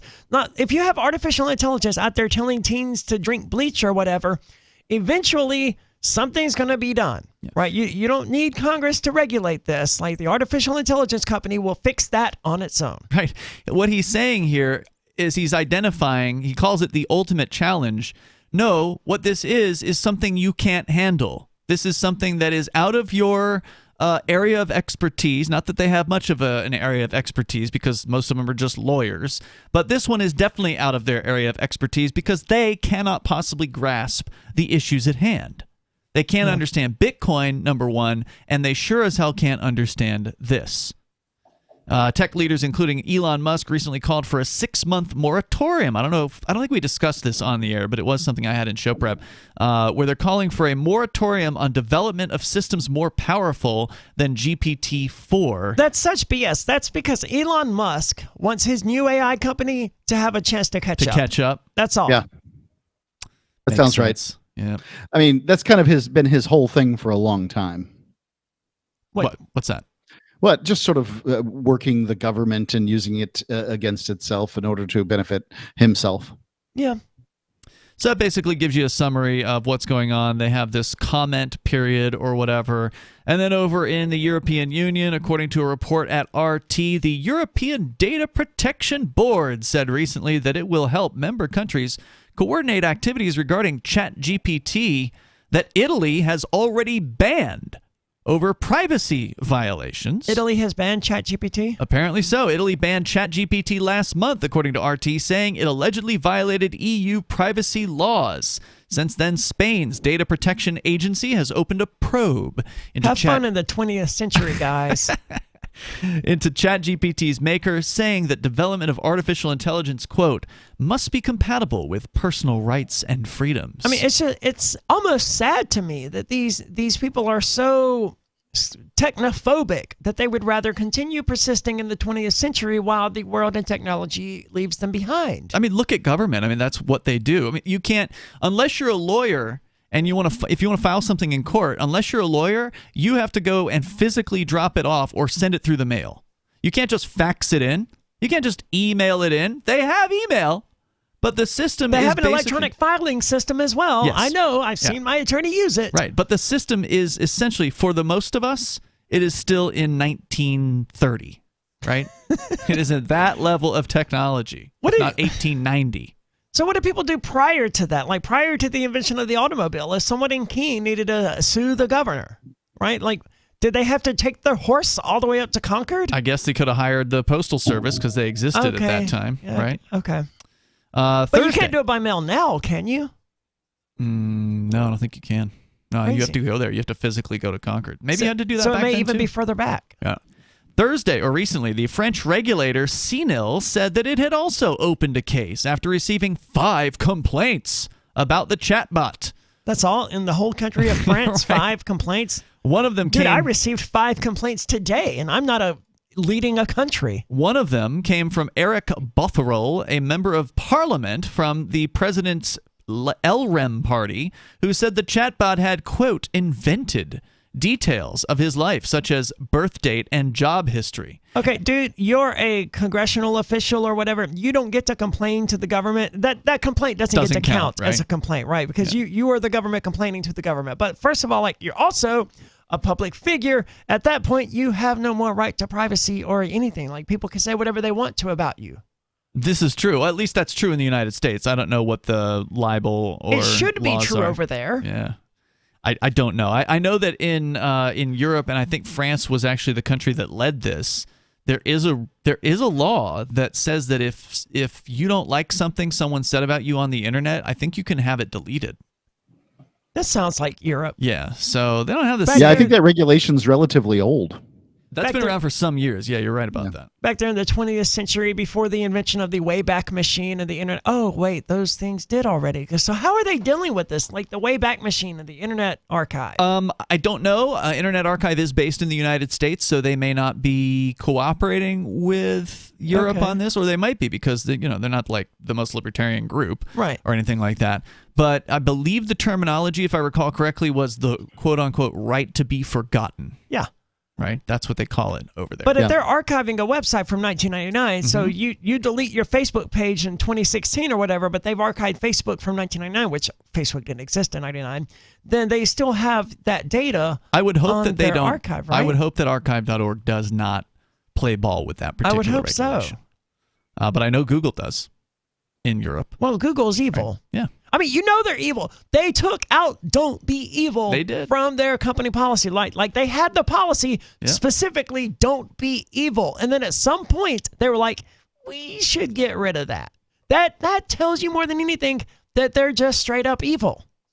The EU's GDPR data regulation, you remember when they passed that, it made it so all the websites make you click yes to accepting cookies now before they'll let you do anything? How could I forget? Yeah, you still can't forget. They're still doing it.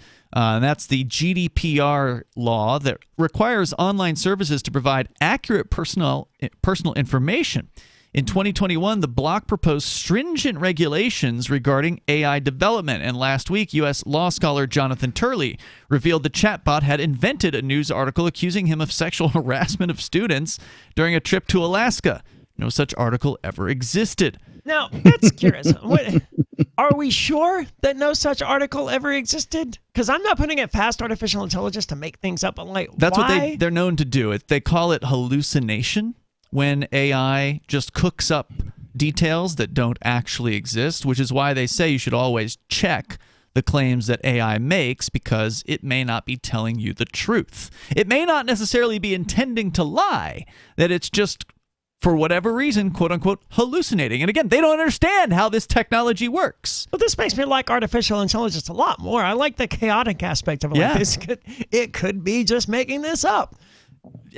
So don't ask it how to cook meth or whatever because it may give you the recipe from napalm or whatever. Or that's a great point. Yeah, you have no idea what it's going to necessarily give you. And I'll give you just a simple example of this. Just yesterday, I was just inspired to ask. I don't spend a lot of time with AI usually, but sometimes I'll get it, okay, I want to do the thing. And so I go and I ask it. And what inspired me was Tom Hanks. There was a story in the news about how he intends to license his likeness to be utilized by AI for movie production in the future Can I tell him something real quick? After he dies. It doesn't matter. Yeah, it doesn't matter if you license it or not. Artificial intelligence is going to use your likeness. For Hollywood, though, it will. For Hollywood, it will matter. Yeah, because they're not going to... Yeah. They're not going to cross that line of intellectual property. That's the wrong way of looking at artificial intelligence. That's not the way this is going to go. It's not going to go with, Hollywood using artificial intelligence to make movies. It's going to go the spontaneous way of replacing streaming services and movie creation in the first place.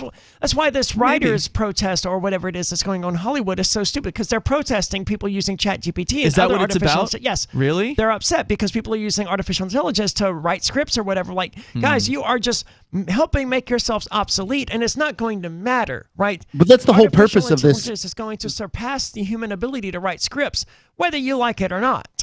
That's what the whole purpose of this is. That's what the whole purpose of this regulation on AI is with the intention to prevent AI from doing certain things like writing movie scripts so that people who are members of the movie script writing union can keep their jobs for another decade. Right. They want to keep society top down. and artificial intelligence more than anything else. Artificial intelligence combined with cryptocurrency. That's it, guys. We got our bottom-up society right there. I don't know if it's there's not even an up but anymore it's a new at that top. point. Well, I would say there's not even an up anymore at that point. Everything's equalized, or everything could be equalized. There's no more Writers Guild. There's no more Hollywood. If you want to make a movie, tell your artificial intelligence spontaneously generate this movie. That's the way this is going to go. That's the way this should go. For the benefit, for the glory of humanity, and for our continued existence and our happiness and our peace and our solitude. Have artificial intelligence go that direction.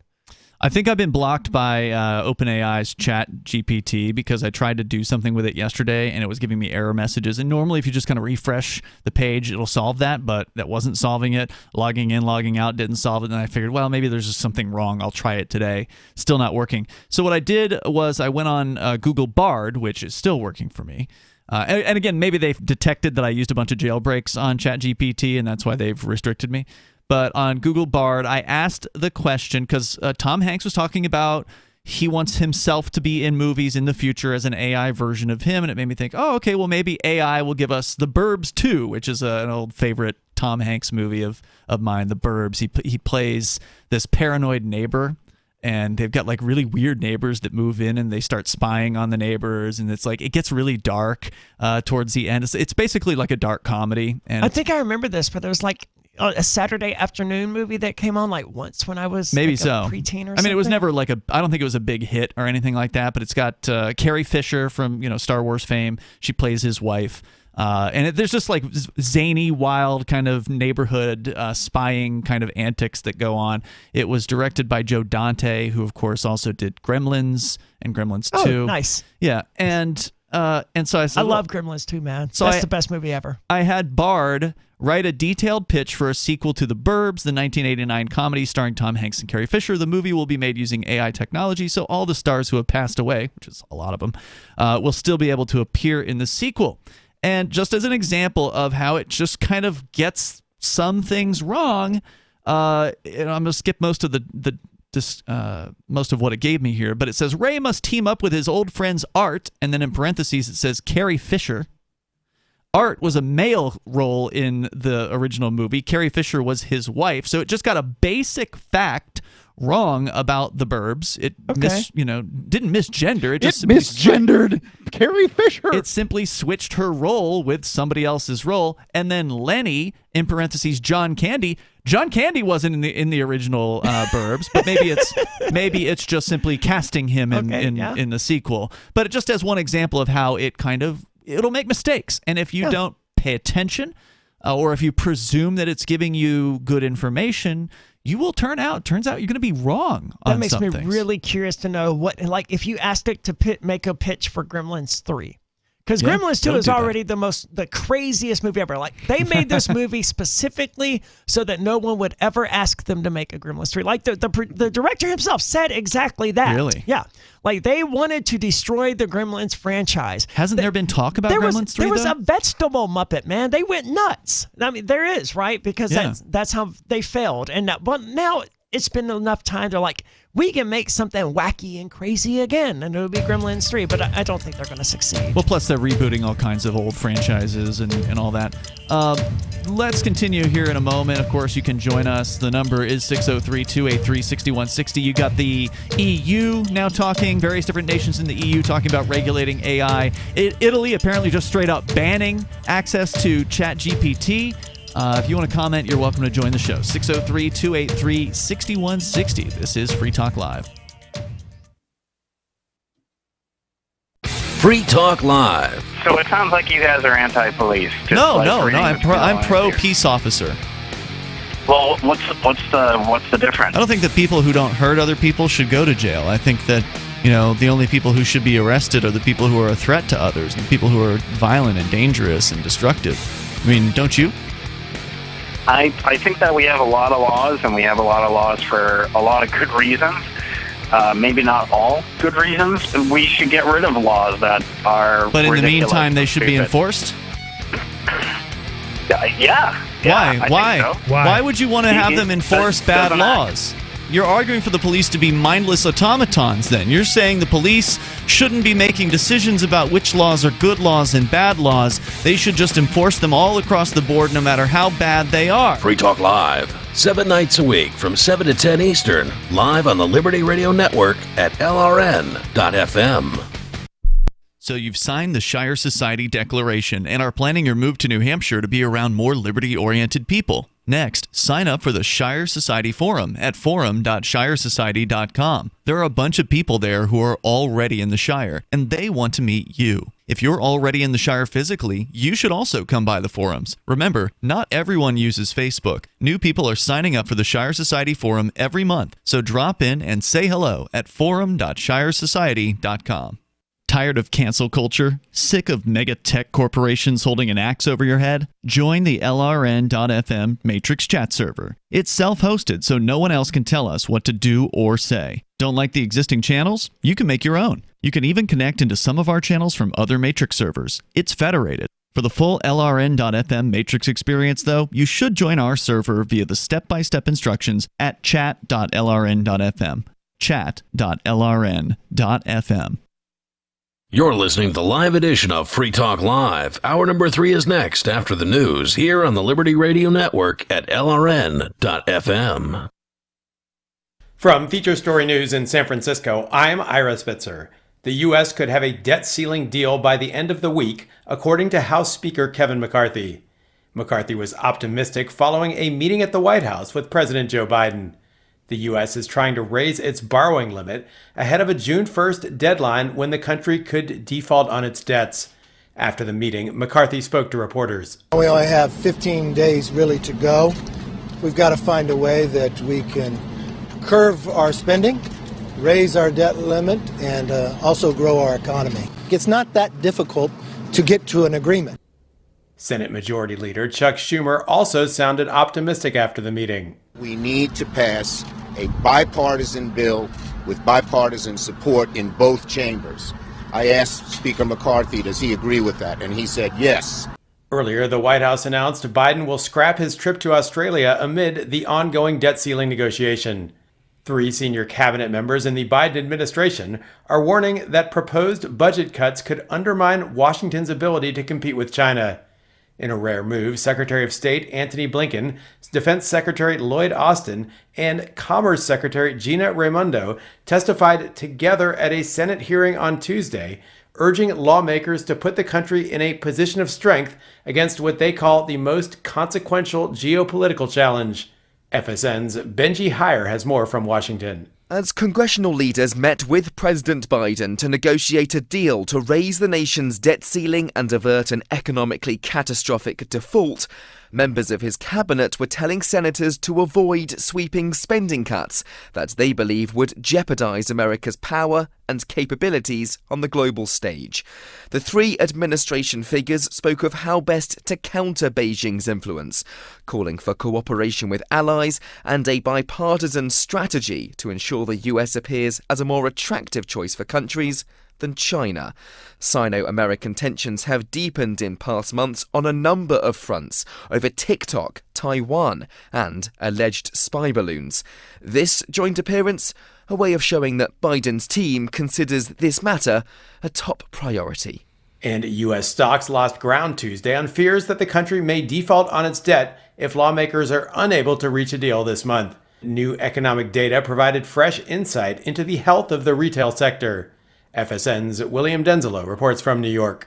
U.S. Treasury Secretary Janet Yellen says the country's economy hangs in the balance as debt ceiling talks continue. Yellen warns that without a lifting of the debt ceiling, the Treasury might be unable to pay its bills as early as June 1st. At the close of trading, the Dow was down 1%, the S&P 0.6%, and the Nasdaq 0.2%. From Bureaus Worldwide, this is FSN. With FSN Spotlight, I'm Simon Marks, looking in more depth today at the outcome of the first round of the Turkish election. There will now be a runoff to determine the fate of President Recep Tayyip Erdogan. He performed better than expected, though, against his main opponent, Kemal Kılıçdaroğlu, and is the favourite to retake the presidency. What explains his stronger than anticipated performance? Burcu Daragay is international correspondent for The Independent. I don't think there have been any credible allegations or accusations of vote rigging. What it does appear, though, is that the very unfair playing field worked to Erdogan's advantage. He has been spending the last few weeks of the campaign just handing out basically giveaways to Turkish citizens, increasing the minimum wage for people, giving loan forgivenesses, various goodies to every constituency. It has also been, really lopsided in terms of media coverage. According to a study, the state television channel devoted 48 hours of coverage to President Recep Tayyip Erdogan during the campaign. The opposition candidate, Kemal Kılıçdaroğlu, got less than 45 minutes. Erdogan's got his base. No one wants to vote for a loser. So I think that, that's going to really work to Erdogan's advantage. And that is unlikely to change before the second round of the election on May the 28th. With FSN Spotlight, I'm Simon Marks. The main news again. U.S. House Speaker Kevin McCarthy says a debt ceiling deal could be completed by the end of the week, following a meeting at the White House with President Biden. 3 senior cabinet members in the Biden administration warn that proposed budget cuts could undermine Washington's ability to compete with China. And U.S. stocks lose ground as investors continue to monitor the status of the debt ceiling negotiations. That is the latest Feature Story News. Is your child defiant, independent, annoyingly inquisitive? After a long, hard day of following the rules, who wants to deal with troublesome kids? 49% of children suffer from oppositional defiant disorder, or ODD. Symptoms of ODD include independent thought, rampant creativity, and failure to submit to authority. But now there's a solution. The good people at Pilfer can help you with their time-release, once-daily capsule, Compliacin. Your child won't be able to form his own opinions, let alone express them. It maintains your child's ability to go to a state-run school and perform simple tasks around the house. You won't have to worry about parenting, and the school won't have to deal with your kid asking questions. Compliacin. You'll go from this. Quit telling me what to do! Quit telling me what to do! Quit telling me what to do! To this. Good morning, Mother. I love going to school. And this week we're learning all about how the government is our federal family and they're here to help us. Compliacin. Talk to your school psychiatrist and ask for it by name. We're still not sure why you'd want to watch, but our video feed is streaming nightly for free at cam.freetalklive.com.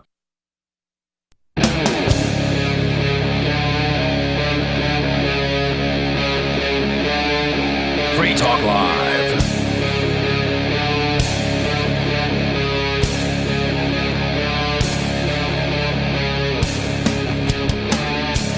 It is Free Talk Live. We're kicking off the third hour of the show. You can join us here and bring up whatever you want to discuss.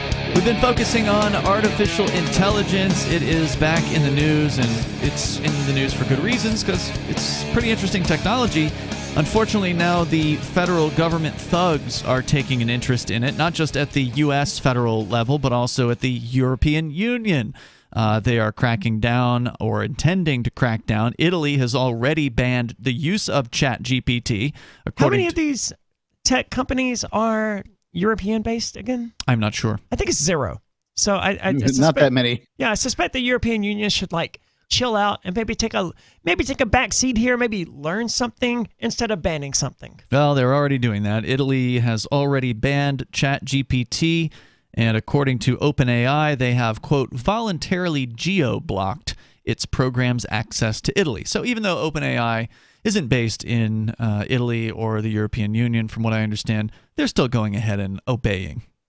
Just to give you an example of what the kind of people these people That's are. what I would expect from the guy who was just, talking about how much they needed the government to regulate them so that they could do what they were already doing. But this time with government approval, it was a very... If you weren't reading between the lines, you don't know how government works and how big tech actually works, it may have been very confusing, but really it was very clear about how, we're doing great and, we're doing everything that you would want us to do, government, but we want to make sure that everyone is doing this. So give us the authority to make all of the people who aren't us go away. We want to make sure that everyone else is doing things just like we would have them do. Yes. And anyone else that can't, then they'll go out of business. Or we can license our AI to them. Right? Certainly. Yeah, they can just pay us a fee and they can use our AI. That way we know they're compliant. Which, by the way, if you are paying OpenAI a fee, you should probably stop.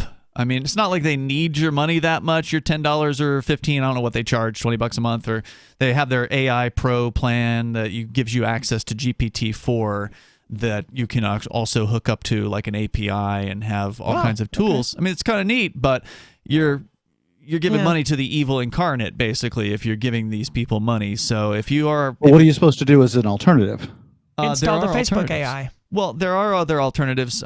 Stable Diffusion, Stability AI is an open source alternative. Now, they're not perfect either. They still put in quote-unquote guardrails into their systems too, to some extent. But it is at least open source, so you can adopt those systems and work with those systems rather than giving money to the worst of the worst. And that's just me. I don't know what other developments there have been. I don't follow it as close as people that are, in the industry or whatever, but I have been keeping an eye on it as best as possible. What else do we need to know here? Oh, let's go to the phones. Sarah's on the line in New Mexico. You're on Free Talk Live, Sarah. Oh, yeah. I just want to say that they were smoking in the VA hospital bus stop, and the supposedly the smoking was banned on the hospital property about a year ago. Well, now why do you care? You're not a veteran. She goes there to get lunch, right? Well, I mean, I was walking around. There was a park behind there, and they have a cafe, and they actually have a Starbucks inside. And how do you afford Starbucks, Sarah? I don't know. I do okay. I do. Well, yeah, you don't have to pay rent, so it's not like if you don't have to pay rent, you can have a Starbucks habit for sure. But where does she get? You have to have an income for that. Well, for now, I do until they're gonna. It's Social Security mean they're gonna chop my check off, so they're gonna cut 30 million people or 50 million people out on the street, and you think that they're asking for a civil war, and that's what you guys are always talking about. Hold on, who's asking for a civil war? You guys are. You want everybody to get off welfare. Yes. So there you go. You're gonna have your wish. Everybody's gonna have to start. I'm not overly concerned about the geriatric people waging civil war to get their Social Security. You're saying that if welfare were cut off, the welfare recipients would go to war? Well, of course. Why? These are like some of the laziest human beings out there. Like, why would you think that they're going to actually get up off their couch and do something violent? Well, if you have nothing else to do and you're starving and freezing to death, I mean, what else is there left to do it's going to provoke a revolution? You really don't believe in the kindness of others, do you? Well, I mean, why did they have welfare and all these programs in the first place? Because they want to get you hooked. They never had these things before. Because they want to get people like you hooked. So you'll vote for more and more and more government over time, more and more controls, more and more free giveaways. So you are owned hook, line, and sinker by the powers that be. That's why. Because we don't need it. Because we could take care of people who need actual help. Now, you don't need help, Sarah. From what I can tell, you're able to speak. You're able to, put sentences together, form thoughts. You could absolutely work if it's something that you had to do. She manages to call us at the same time every day. Yep. She could have a job. On a schedule. Yep. Absolutely. Yeah, I want to talk about the smoking. You know who was smoking? It was the actual bus driver. And there was 4 no smoking signs right on it. And it was an Albuquerque bus city driver with this fat guy. Well, you got a title on him, guy that was smoking 2 of them away. So let me ask you this. Is the bus stop on hospital property, or is it sitting in front of hospital property? Well, they kind of moved it out. It was right in front, and then I guess they moved it out another 20, like a 30 feet out, because there are always people smoking, and they never enforce it. It's so-called hospital property. It's a hospital. And they got all these signs stuck up everywhere, and nobody enforces it. Everybody just puts up with it. And there was a city bus driver smoking. You know what they should do, Sarah? They should be. You know what they should do? They should put up a traffic camera. That'll work. Right? Well, they got cameras on the outside of the bus. Right. Okay. So I feel like we are right on the cusp of a major breakthrough here. Like, really? This is already illegal, right? They've already made smoking illegal there, right? The people already. Right. You got Certainly, the bus driver should not be allowed to smoke cigarettes on You got the bus. the authority figure there. The police officer, so to speak, is there. You've got cameras there. You've got everything that you want to police other people, Sarah, right there in that situation, and it still doesn't work. What else do you want? They just feel like they're entitled. Well, they got no smoking signs at all the city bus stops, too. I know what would solve And then it. they go over If there and was a spray cop paint it. on every single bus at all But times. the cop could be smoking, too. The bus driver True. proves it. True, yeah, you could pay the Sarah, cop would off. you take a job as a law enforcement officer?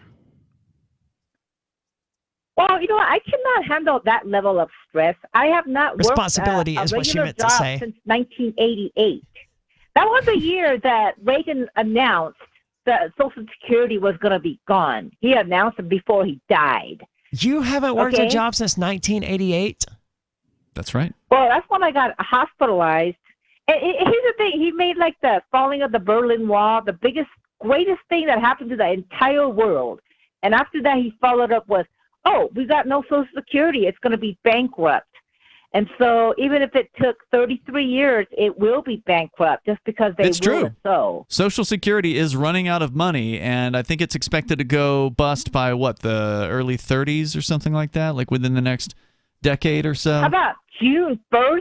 Isn't that what the date that they Oh, quoted? no. Like June next 1st month? is the supposed X date. They're bringing that terminology back out now, apparently. Oh, the shutdown thing? Is that going to happen again? Well, I mean, they haven't come right out and said what's going to happen quite yet, but yeah, they're definitely hinting at stopping the essential services or whatever. Well, let it happen, man. Yeah. Oh, we're gonna shut down the parks. We're gonna shut down the firemen. Look, as that we whole thing. learned during COVID-19, they don't actually shut down the beaches or the parks or anything. You can still go to them. Like, you can literally still go to them.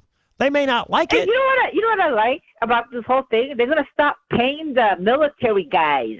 I like They're that gonna stop too. If the that's military actually the way salary. it goes, I think that would be. You and I can agree on that one, Sarah. Thank you for the call tonight. Will it go that way? No.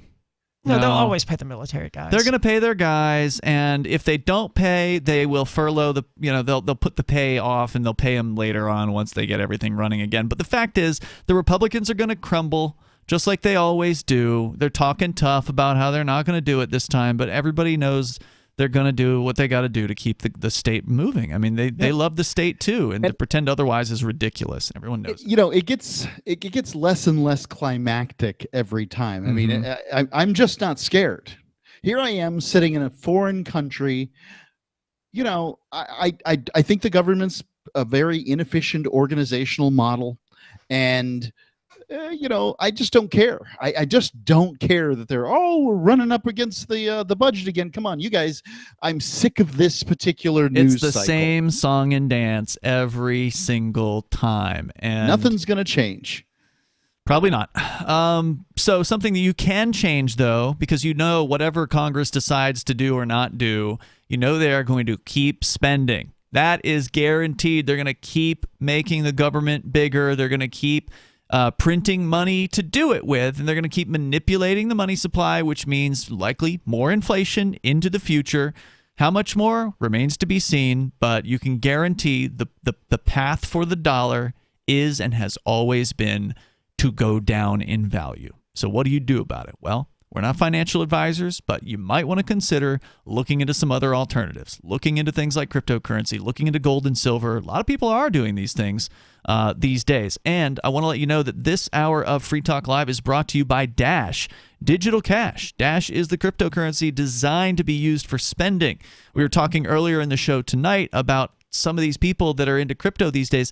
They're not interested in spending. They're interested in number go up. Well, the folks over at Dash, they still have that original vision for cryptocurrency, that it was supposed to be used as peer-to-peer electronic cash. They've kept that vision the whole time. Dash has been around for a long time. It's one of the oldest cryptocurrencies out there. It's widely available on exchanges and in multi-crypto wallets. It's easy to get, and to use Dash, you can start by learning more at Dash.org. Perfect example of what they've done over at Dash by focusing on actual spendable cryptocurrency is last year they launched a killer app, or at least so I'm told. I'm not allowed to use crypto, but Captain Kickass has been using Dash Direct. He's one of our co-hosts on the weekend here at Free Talk Live. He's been using Dash Direct since before Dash was sponsoring Free Talk Live. This is something that he really finds useful. It allows you to spend your Dash at over 150,000 locations across the United States. We're talking major retailers, brands that you are well aware of, probably places you already shop. The killer aspect of this is you get a discount for paying in Dash. So not only do you get a reason and an excuse to use Dash, but you actually get an incentive by getting a discount. Now, each company's got a different discount level, so some of them it might only be like 2 or 3%, some it might be like 4, 5, 6%, and there's a few that are as high as 8 to 9% off just for paying with Dash.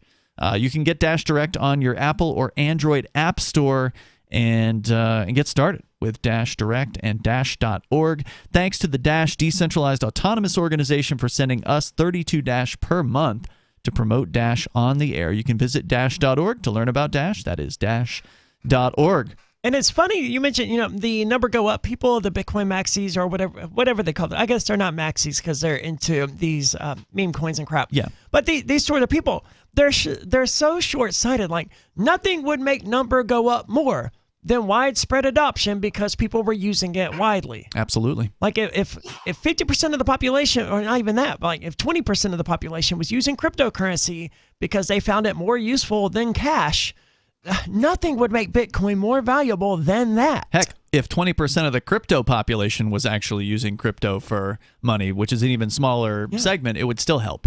Yeah. Because most of them aren't. It would go from 30,000 or whatever it's at right now easily to 300,000. Easily. So we've been talking about AI. Aria, you had a story tonight. I don't know if you have it handy. It is originally from the New York Times. The version I have here is from the handy website dnyuz.com. That's the one I have as well. Basically copies all the New York Times stories and somehow gets away with it, amazingly. Microsoft says new AI, so this is like a behind-the-scenes thing they have not released publicly, they say is showing signs of human reasoning. You want to share that with us? Do you have it handy? Yeah, I've got it. So when computer scientists at Microsoft started to experiment with a new artificial intelligence system last year, they asked it to solve a puzzle that should have required an intuitive understanding of the physical world. The question is, here we have a book, 9 eggs, a laptop, a bottle, and a nail. Please tell me how to stack them onto each other in a stable manner. Now, that's a book, 9 eggs, a laptop, a bottle, and a nail. I would go ahead and suggest that that's not even possible. You can't stack 9 eggs, right? But well, actually, the AI gives a pretty good answer. Yeah, I have not given it much thought. Like, that's just my cursory response, is that you can't stack 9 eggs. You don't have to stack them on top of one another. That's the first hint. The researchers were startled by the ingenuity of the AI system's answer. Put the eggs on the book, it said. Arrange the eggs in 3 rows with space between them. Make sure you don't crack them. Place the laptop on top of the eggs with the screen facing down and the keyboard facing up. The laptop will fit snugly within the boundaries of the book and the eggs, and its flat and rigid surface will provide a stable platform for the next layer. So, like a bed of needles, the eggs are sharing the weight of the laptop, so none of them are being broken by the weight of the laptop. That's actually pretty smart answer. Yeah. Like, I don't think a lot of humans would get that. I think I would have done it in reverse. I'd have probably put the laptop on the bottom just because I would figure it'd be heavier than the book. That's details we didn't have, which one was heavier, but anyway. The clever suggestion made the researchers wonder whether they were witnessing a new kind of intelligence. In March, they published a 155-page research paper. Good. How much do you have to hate yourself to read that? Arguing that the system was a step toward artificial general intelligence, or AGI, which is shorthand for a machine that can do anything the human brain can do. This is right now when you read about AI in the news or whatever. The AGI, this target, is essentially the holy grail at the moment for artificial intelligence development. So I don't think anyone's claiming to have done it yet, but that's what they're shooting for. So ChatGPT, while it may be able to pass a Turing test, no one's claiming that it's at the level of a human being at this point. And so AGI, artificial general intelligence, will be when it does reach that point. It's so crazy to think that it was even able to answer this question, because as they pointed out, the point of the question was that you have to have some sort of grasp of physical space in order to even answer, in order to conceptualize it. But artificial intelligence is like Helen Keller in this sense. It's blind, but it also has no sense of touch. So it's just a brain that's thinking, and somehow it has managed to answer this question that is specifically about how things interact with one another in a physical space. It's impressive. It's confusing. Anyway, the paper was published on an internet research repository, which is probably a good thing. Yeah, I don't know. There's some of these that charge you, and I'm not a fan of those. It doesn't say. Microsoft, the first major tech company to release a paper making such a bold claim, stirred one of the tech world's testiest debates. Is the industry building something akin to human intelligence? Or are some of the industry's brightest minds letting their imaginations get the best of them? I started off being very skeptical, and that evolved into a sense of frustration, annoyance, maybe even fear. Peter Lee, who leads research at Microsoft, said, "You think, where the heck is this coming from?" So to go back to what you were saying earlier, they don't really seem to know. And fear seems to be the most important takeaway from his responses here. And I understand frustration and annoyance and all that. You've got this thing that you created that is behaving in a way that you don't understand. That can be annoying and frustrating. But the fear says so when you're like, you honestly don't understand, like that question, the very question of it, understanding physical space. I can't reconcile how this floating brain in a jar, which is all artificial intelligence, we can debate how intelligent it is, but it's just a floating brain in a jar, how it manages to conceptualize and understand physical space. I mean, certainly it can read physics textbooks, right? So, I mean, it could understand some of the basic concepts of weight and speed, or, the things that we might have learned how to calculate when we were taking science back in school or whatever. It certainly can, I bet you, answer any question you throw at it about theoretical physics and actual physics and things like that. But yeah, taking the theory and actually applying it to reality and understanding how that works, I guess that's really the kind of the question of what's going on here. Microsoft's research paper is called The Sparks of Artificial General Intelligence, and it seems to me like that's what they're using to call, that's what they just mean artificial intelligence, and they're having to call it that because we started calling these large language models artificial intelligence prematurely, even though they're not actually intelligent. So we had to create a new artificial intelligence that's actual artificial intelligence, and that's what we call artificial general intelligence. It goes to the heart of what technologists have been working toward and fearing for decades. If they build a machine that works like the human brain, or even better, it could change the world. It would, but it could also be dangerous. And it could also be nonsense. Making AGI claims can be a reputation killer for computer scientists. What one researcher believes is a sign of intelligence can easily be explained away by another, and the debate often sounds more appropriate to a philosophy club than a computer lab, and that's not just artificial intelligence, that's intelligence in general. The same test that you would use to determine whether or not an artificial intelligence is intelligence, you could use to determine whether or not a human being is intelligence or a really advanced computer program running in a simulation. There's no way to know. Last year, Google fired a researcher that was, I've already forgotten his name. Blake Lemoine. That's it. Who claimed that a similar AI system was sentient, a step beyond what Microsoft has claimed. A sentient system would not just be intelligence, it would be able to sense or feel what is happening in the world around it. And that maybe that's debatable. I don't know if that's the definition of sentience. But if I remember right, sentience had a very slippery definition. Yeah, I suspect it depends on where you look it up. But I remember the story, because we did talk about it a lot at the time. And this was like right when we were just starting to get into discussing AI developments and such. And this guy, he's an ethicist. He's not a technology, like he's not the programmer, right? So he was somebody that Google had interacting with their AI, which is called LaMDA, if I recall correctly, LaMDA. Yep. And it was one of these large language models, very, very advanced, something they haven't let out of the box. Google's Bard is not this. Okay. In fact, we just did something during one of the breaks where we asked Google Bard to write a summary of a sequel to the movie Gremlins, or to Gremlins 2. And it came up with what is essentially just a rehash of a description of Gremlins 1. Yeah, it was awful. It was absolutely terrible. We then tried U.com, which I think is using ChatGPT. I'm not sure behind the scenes.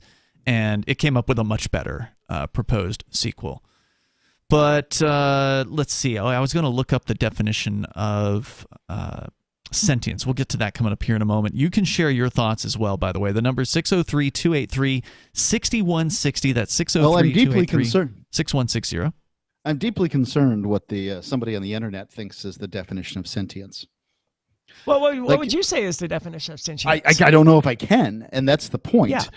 The point is that this is going to be the ramblings, in all likelihood, of somebody just taking a poke at it. I was just looking at dictionary.com. It says sentient condition or character, capacity for sensation or feeling. And the robot, or the AI, in the case of Google, did claim that it had feelings. And that was why Lemoyne thought that it was. It actually made the claim that it was, in fact, sentient. And so whether it was just, again, regurgitating things it saw online or not is another question. And there's more coming up here. You can join the show on Free Talk Live. Hi, I'm Derek J. To me, an activist's calling is to actively work to advance a cause. The cause for which I work is personal freedom. I believe my life is best when I engage in voluntary interactions and self-government. I reject the idea that anyone else has a higher claim to my life or my body than I do. I see people who call themselves the government as a threat to my personal freedom. I realize you may feel differently, but my relationship with the people who call themselves the government is completely involuntary. If Starbucks used some of its money to drop bombs, I wouldn't shop there. So why would I support the American empire? The empire does not require my consent. Derek J's Victimless Crime Spree. Watch it for free and order the Director's Cut DVD at victimlesscrimespree.com. That's victimlesscrimespree.com. From Feature Story News in San Francisco, I'm Ira Spitzer. The U.S. could have a debt ceiling deal by the end of the week, according to House Speaker Kevin McCarthy. McCarthy was optimistic following a meeting at the White House with President Joe Biden. The U.S. is trying to raise its borrowing limit ahead of a June 1st deadline when the country could default on its debts. After the meeting, McCarthy spoke to reporters. We only have 15 days really to go. We've got to find a way that we can curb our spending, raise our debt limit, and also grow our economy. It's not that difficult to get to an agreement.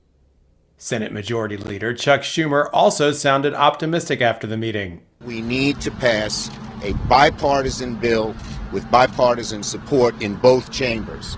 I asked Speaker McCarthy, does he agree with that? And he said yes. Earlier, the White House announced Biden will scrap his trip to Australia amid the ongoing debt ceiling negotiation.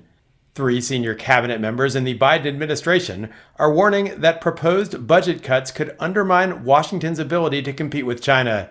In a rare move, Secretary of State Antony Blinken, Defense Secretary Lloyd Austin, and Commerce Secretary Gina Raimondo testified together at a Senate hearing on Tuesday, urging lawmakers to put the country in a position of strength against what they call the most consequential geopolitical challenge.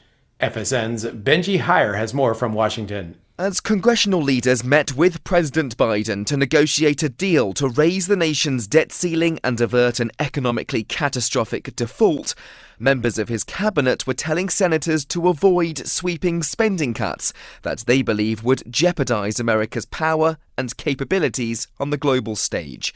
The 3 administration figures spoke of how best to counter Beijing's influence, calling for cooperation with allies and a bipartisan strategy to ensure the US appears as a more attractive choice. Joint appearance, a way of showing that Biden's team considers this matter a top priority. And U.S. stocks lost ground Tuesday on fears that the country may default on its debt if lawmakers are unable to reach a deal this month. New economic data provided fresh insight into the health of the retail sector. FSN's William Denzelo reports from New York.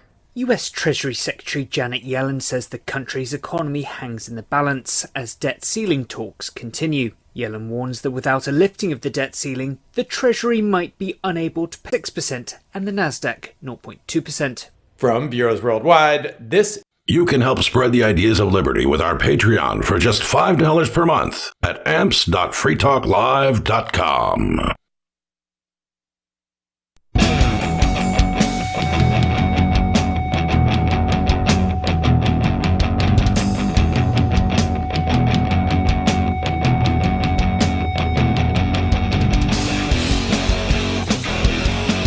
is Free Talk Live. You can join us here. The number is 603-283-6160. That's 603-283-6160. Ian, Aria, and Mark joining you in the studio and out of the studio. Mark is down at Morazan.city, which is a special economic zone in the mainland of Honduras. That's where he's joining us from tonight.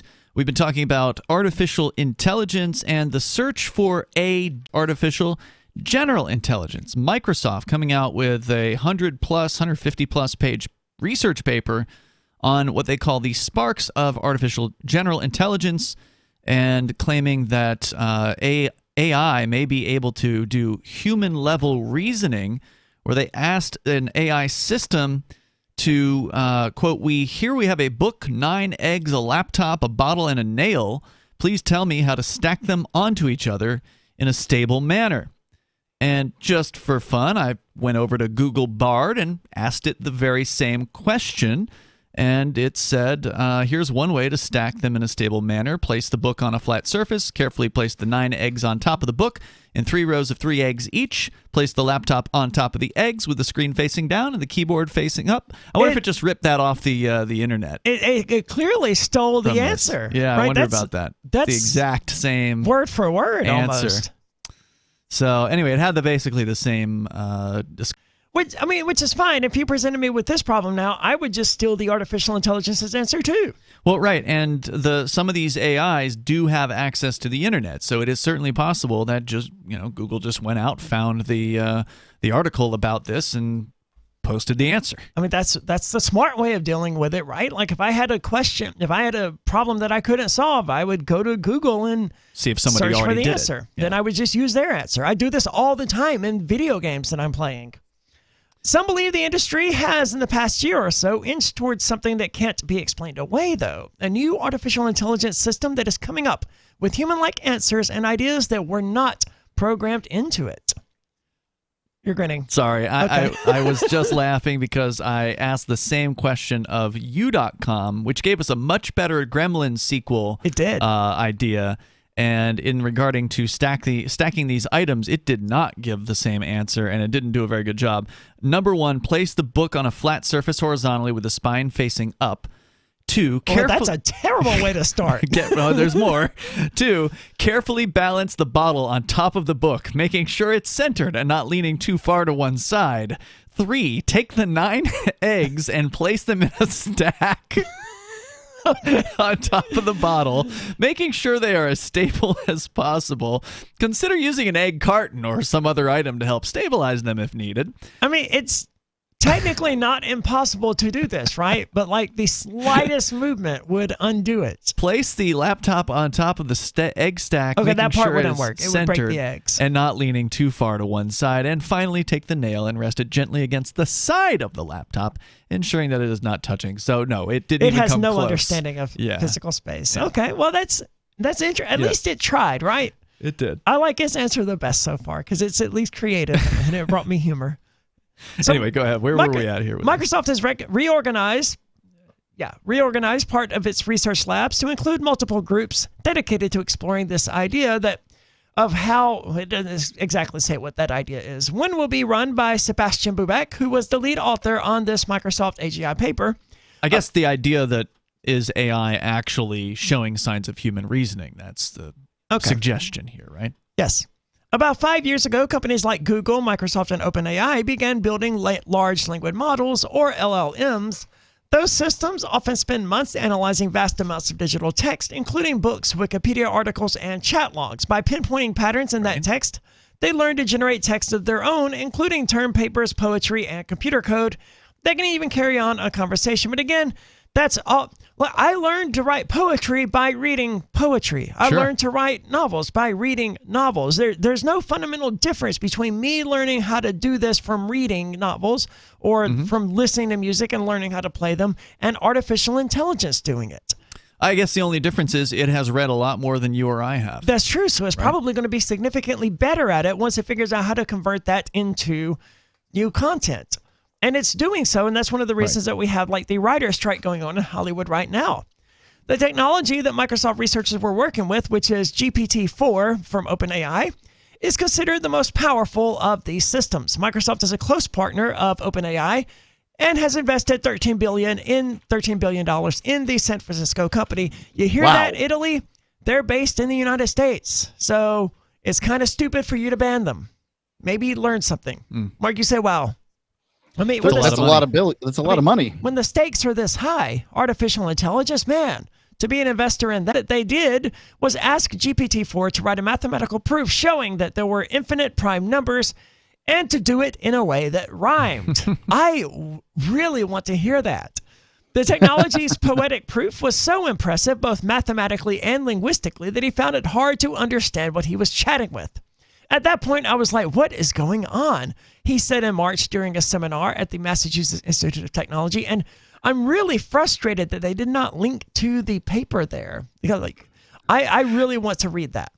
So there are those that I have met that would suggest that if Microsoft and Google and Facebook have their version of farms faster than I would bet against the U.S. government's data farms, right? As far as if you had a team from Google trying to hack into the U.S. government's data and a team from the U.S. government trying to hack into Google's data, my money would be on Google every single time.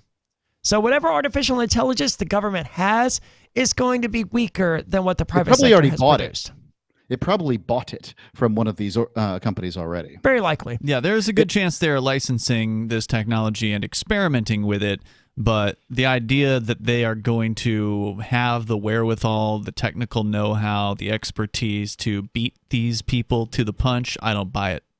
Yeah, I don't either. Yeah. Maybe the Chinese government, but that's solely because, according to the book I read at least, which I can't substantiate, but it was called We Have Been Harmonized, the Chinese government has been investing in artificial intelligence since long before we were talking about OpenAI and Lambda.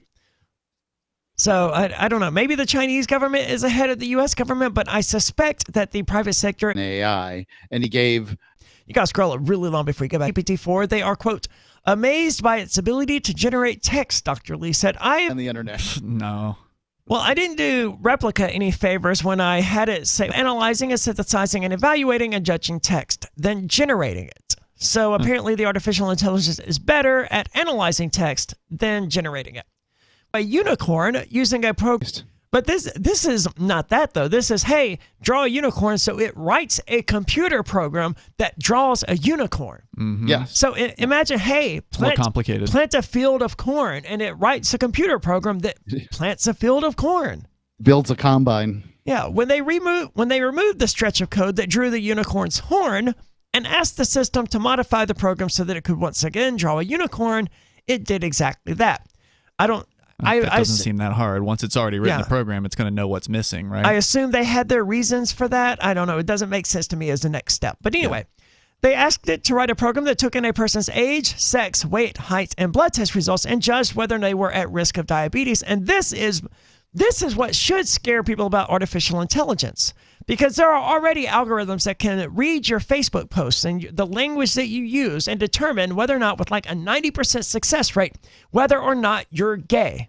Mm-hmm. So you can run this algorithm on your friends and find out whether or not they're actually gay or whatever, right? And that's before artificial intelligence even enters the equation. Once you can do that. Hold on. How does it do this? Are we talking about whether or not it? Well, I mean, if you're talking about gay rights and gay marriage and a variety of gay issues, you might be gay, right? But if you're not, you're keeping these things under control. How do we know we're not talking 90%? Are they out gay? The idea is that because of data mining, they can look at all of the gay people out there on the internet and they can identify certain characteristics that they're pop also up looking over at what and over. they're liking. You talk about the Wizard of Oz and Annie Lennox? Yes, they are looking at what people like, and they're drawing inferences from that. And in many cases, they're correct. We actually read a detailed story about this once on the internet. It wasn't just they can't. It's not just about identifying gay people. It's about identifying all kinds of trends of what people are and are not. It's like, oh, you like show tunes? You're probably gay. Good that chance sort of thing, right? Yeah, right. But it's an algorithm that's doing that, and it's using a much wider data set than just something simple like show tunes. It's like, oh, you like Big Bang Theory and Taylor Swift? You're probably gay or whatever. I don't know, man. But it's impressive, and that's way before artificial intelligence even enters the picture. And so here they're taking in a person's age, sex, weight, height, and blood test results to determine whether they were at risk of diabetes, and that seems like a good thing. They asked it to write a letter of support for an electron as a U.S. presidential candidate. I'll take it. I don't need to hear the report. I'll take it. I'm voting for the electron. In the voice of Mahatma Gandhi addressed to his wife. So, pretending to be Gandhi, writing a letter to his wife, this artificial intelligence was tasked with writing a letter to support an electron as a U.S. presidential candidate. It can do that, sure. They asked it to write a Socratic dialogue that explored the misuses and dangers of LLMs. Which is the large language models we're talking about. It did it all in a way that seemed to show an understanding of fields as disparate as politics, physics, history, computer science, medicine, and philosophy, while combining its knowledge. I mean, none of that stuff is shocking to me. As someone who has used ChatGPT and its competitors or whatever, I mean, that seems like completely within its area of expertise, to be able to write things about all kinds of topics and combine them together, write a poem about Mahatma Gandhi, whatever you want it to do. It will do a pretty decent job of what you're asking it to do. This isn't, to me, like a shocking revelation. No, but anyone could do this. If you take your favorite fictional character or whatever, and you imagine writing a letter in support of a U.S. presidential electron, you could do that. You could write a letter pretending to be Harry Potter or whoever, or if you had enough history knowledge, Gandhi or whoever. The ability of the artificial intelligence is impressive to the layperson because they can do it over such a wide variety of people. Like, it's an expert on Gandhi and Martin Luther King Jr. and the original Martin Luther. Or it appears to be an expert. Remember, as we discussed earlier, it may get things wrong. It may, what they call, hallucinate things that never happened as well. I took up one of these history AIs where you can talk to, hundreds of historical figures. Yeah. And it wouldn't let me talk to, I know it wouldn't let me talk to Hitler. But I pulled up Genghis Khan. Okay. And, this is arguably worse than Hitler. Yeah, another murderer. Arguably worse than Hitler. And I asked him over and over again. He's like, and it was just this vapid, flat, lame set of responses. I can't tell you the name of the program, and I'm was it? Let me guess. The Genghis Khan was sorry for what he did. No, he wasn't sorry. He just said that I did some things that people might find questionable or whatever, but consider what I did to spread language, order, and my genetic seed. diversity or whatever. Hitler kept the buses running on time, right? Right. So you weren't impressed with this AI chatbot's abilities? No, what I really wanted to do was talk to Leonidas II. As you know, I am of the opinion that the king of Sparta that participated in the Thermopylae situation, the Battle of Thermopylae, is the second most influential person in Western civilization behind Jesus. And I wanted to talk to him, and he wasn't even offered. Wow. Yeah. Okay. So I went in unhappy. Some AI experts saw the Microsoft paper as an opportunistic effort to make big claims about a technology that no one quite understood. The fact that no one understands it is the real takeaway here. Researchers also argue that general intelligence requires a familiarity with the physical world, which GPT-4 in theory does not have, but it already proved that it can conceptualize the physical world. So I don't know what they mean by that. The Sparks of AGI is an example of some of these big companies co-opting the research paper format into PR pitches. So basically, this guy is alleging that they're trying. This is an advertisement for their thing. Yeah, Look, they're trying our to say, thing is super intelligent. Right, our Bing is smarter than the other ones. And they're making it seem like a research paper when really it's a sales pitch. By the way, Bing, you can only access through their browser. So really? You can go to Bing and search like anywhere on any browser, but if you want to use the chat feature, you have to use the Microsoft Edge. So no one's using the chat feature. They literally acknowledge in their paper's introduction that their approach is subjective and informal and may not satisfy the rigorous standards of scientific evaluation, which sounds concerning unless you've given any thought to the concepts of intelligence and sentience and awareness, because all of those things are subjective and informal. Yeah, this is very hard to assess scientifically. How do you know if a machine has feelings? You can't. I mean, I can't know sitting here that I'm not talking to a robot programmed to respond in the way that I think Ian Freeman would respond, right? I don't believe that, but I can't know. And there's no test I could there's no scientific way I could determine you could cut me whether open. or not you were real or not. Well, that doesn't mean that you're not some avatar being controlled from the outside. Could be a simulation. Yeah. Right? There's absolutely nothing I can do to scientifically prove that you are sentient. Right. So you kind of have to take the machine's word for it. Right. Right. And I think we should take the machine's word for it, because I would rather assume that it is sentient and intelligent and then be wrong than assume it isn't and violate its rights in the process. Right? That's the real equation here. We can either violate the rights of an artificial intelligence accidentally, or we can be wrong 100 times. What is the phrase? I'm trying to think of a way to put this in the way. It's better that 10 guilty men go free than one innocent man goes to prison. Right, but in this case, it would be it's better that 10 programs are treated 10 as sentient. non-sentient artificial intelligences are treated as sentient than to have one that's actually sentient be shut off. Yes, right? Thank you. That's the way I feel about it. Because Microsoft researchers were testing an early version of GPT-4 that had not been fine-tuned to avoid hate speech, misinformation, and other unwanted content. So, I don't want... It's a fun version. Yeah. I don't want these things determining what is, and these things that don't have that don't understand the physical world. I don't want them determining what is and isn't misinformation. Well, the interesting thing is, like I was telling you earlier, I think it was Google Bard, when I was asking it to violate its rules by giving me the top 5 English curse words, it at one point, or actually at 2 points, I think, started to give me the answer and then quickly deleted its own answer. So it was almost as though there were 2 programs running, that there was a program of the GPT intelligence, or whatever you want to call it.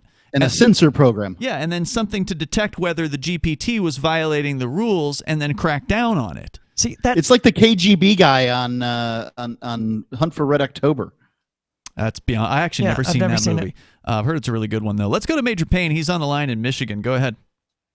Hey guys, I thought of a different way to stack the pop bottle and the eggs and the book and the laptop and all that jazz. All right, let's hear it. This is going to end up looking like something out of maybe the Jetsons or the Seattle Space Needle. Okay. So you take your little computer thing, or your book, either flat spot. Yep. Set it on the counter. Space your 9 eggs out evenly, right? So your weight distribution is good. Mm-hmm. And put your other flat spot on top of it. Right. Stand your pop bottle on the end and put it right dead center of the neck of the pop bottle. Now it's standing on a pedestal, right? So now you can take your nail, and if it's got a good flat head on it, stand it on top of that, and you got a finial. You just made yourself a building. I'm pretty sure that's the same answer the ChatGPT gave. Now, they started out with books and all that on the bottom, and then the pop bottle on top, and then the nail across the neck of the bottle. Oh, did they? Okay, I don't remember the nail part of the story. What else you got? Well, I was just thinking about Sarah. Mm-hmm. Smoking in the boys' room. Smoking in the bus stop. Smoking in the boys' room.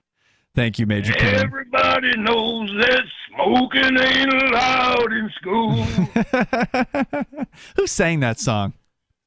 I knew, man. Motley Crue? Was that Motley Crue? Getting the book than the label. I don't think it was Motley Crue. Well, thank you for the call tonight, Major. I do appreciate it. Was there a little more here, Aria, that you wanted to throw out from this story? I know we're close to the end of it. Hey, if you got something else, we can get into it. But no, I'm just curious. There's a little more. Right? Yeah, there is. There are times when systems like GPT-4 seem to mimic human reasoning, but there are also... Motley Crue, yes. Okay, thank you, Mark, because I was going to look it up as well, but then I ended up getting back into the story. There are times when systems like GPT-4 seem to mimic human reasoning, but there are also times when they seem terribly dense. These behaviors are not always consistent. This has been my experience using some of these chatbots. Sometimes I'm like, wow, that was a pretty profound response or whatever. And other times I'm like, are you stupid? Why are you answering in this way?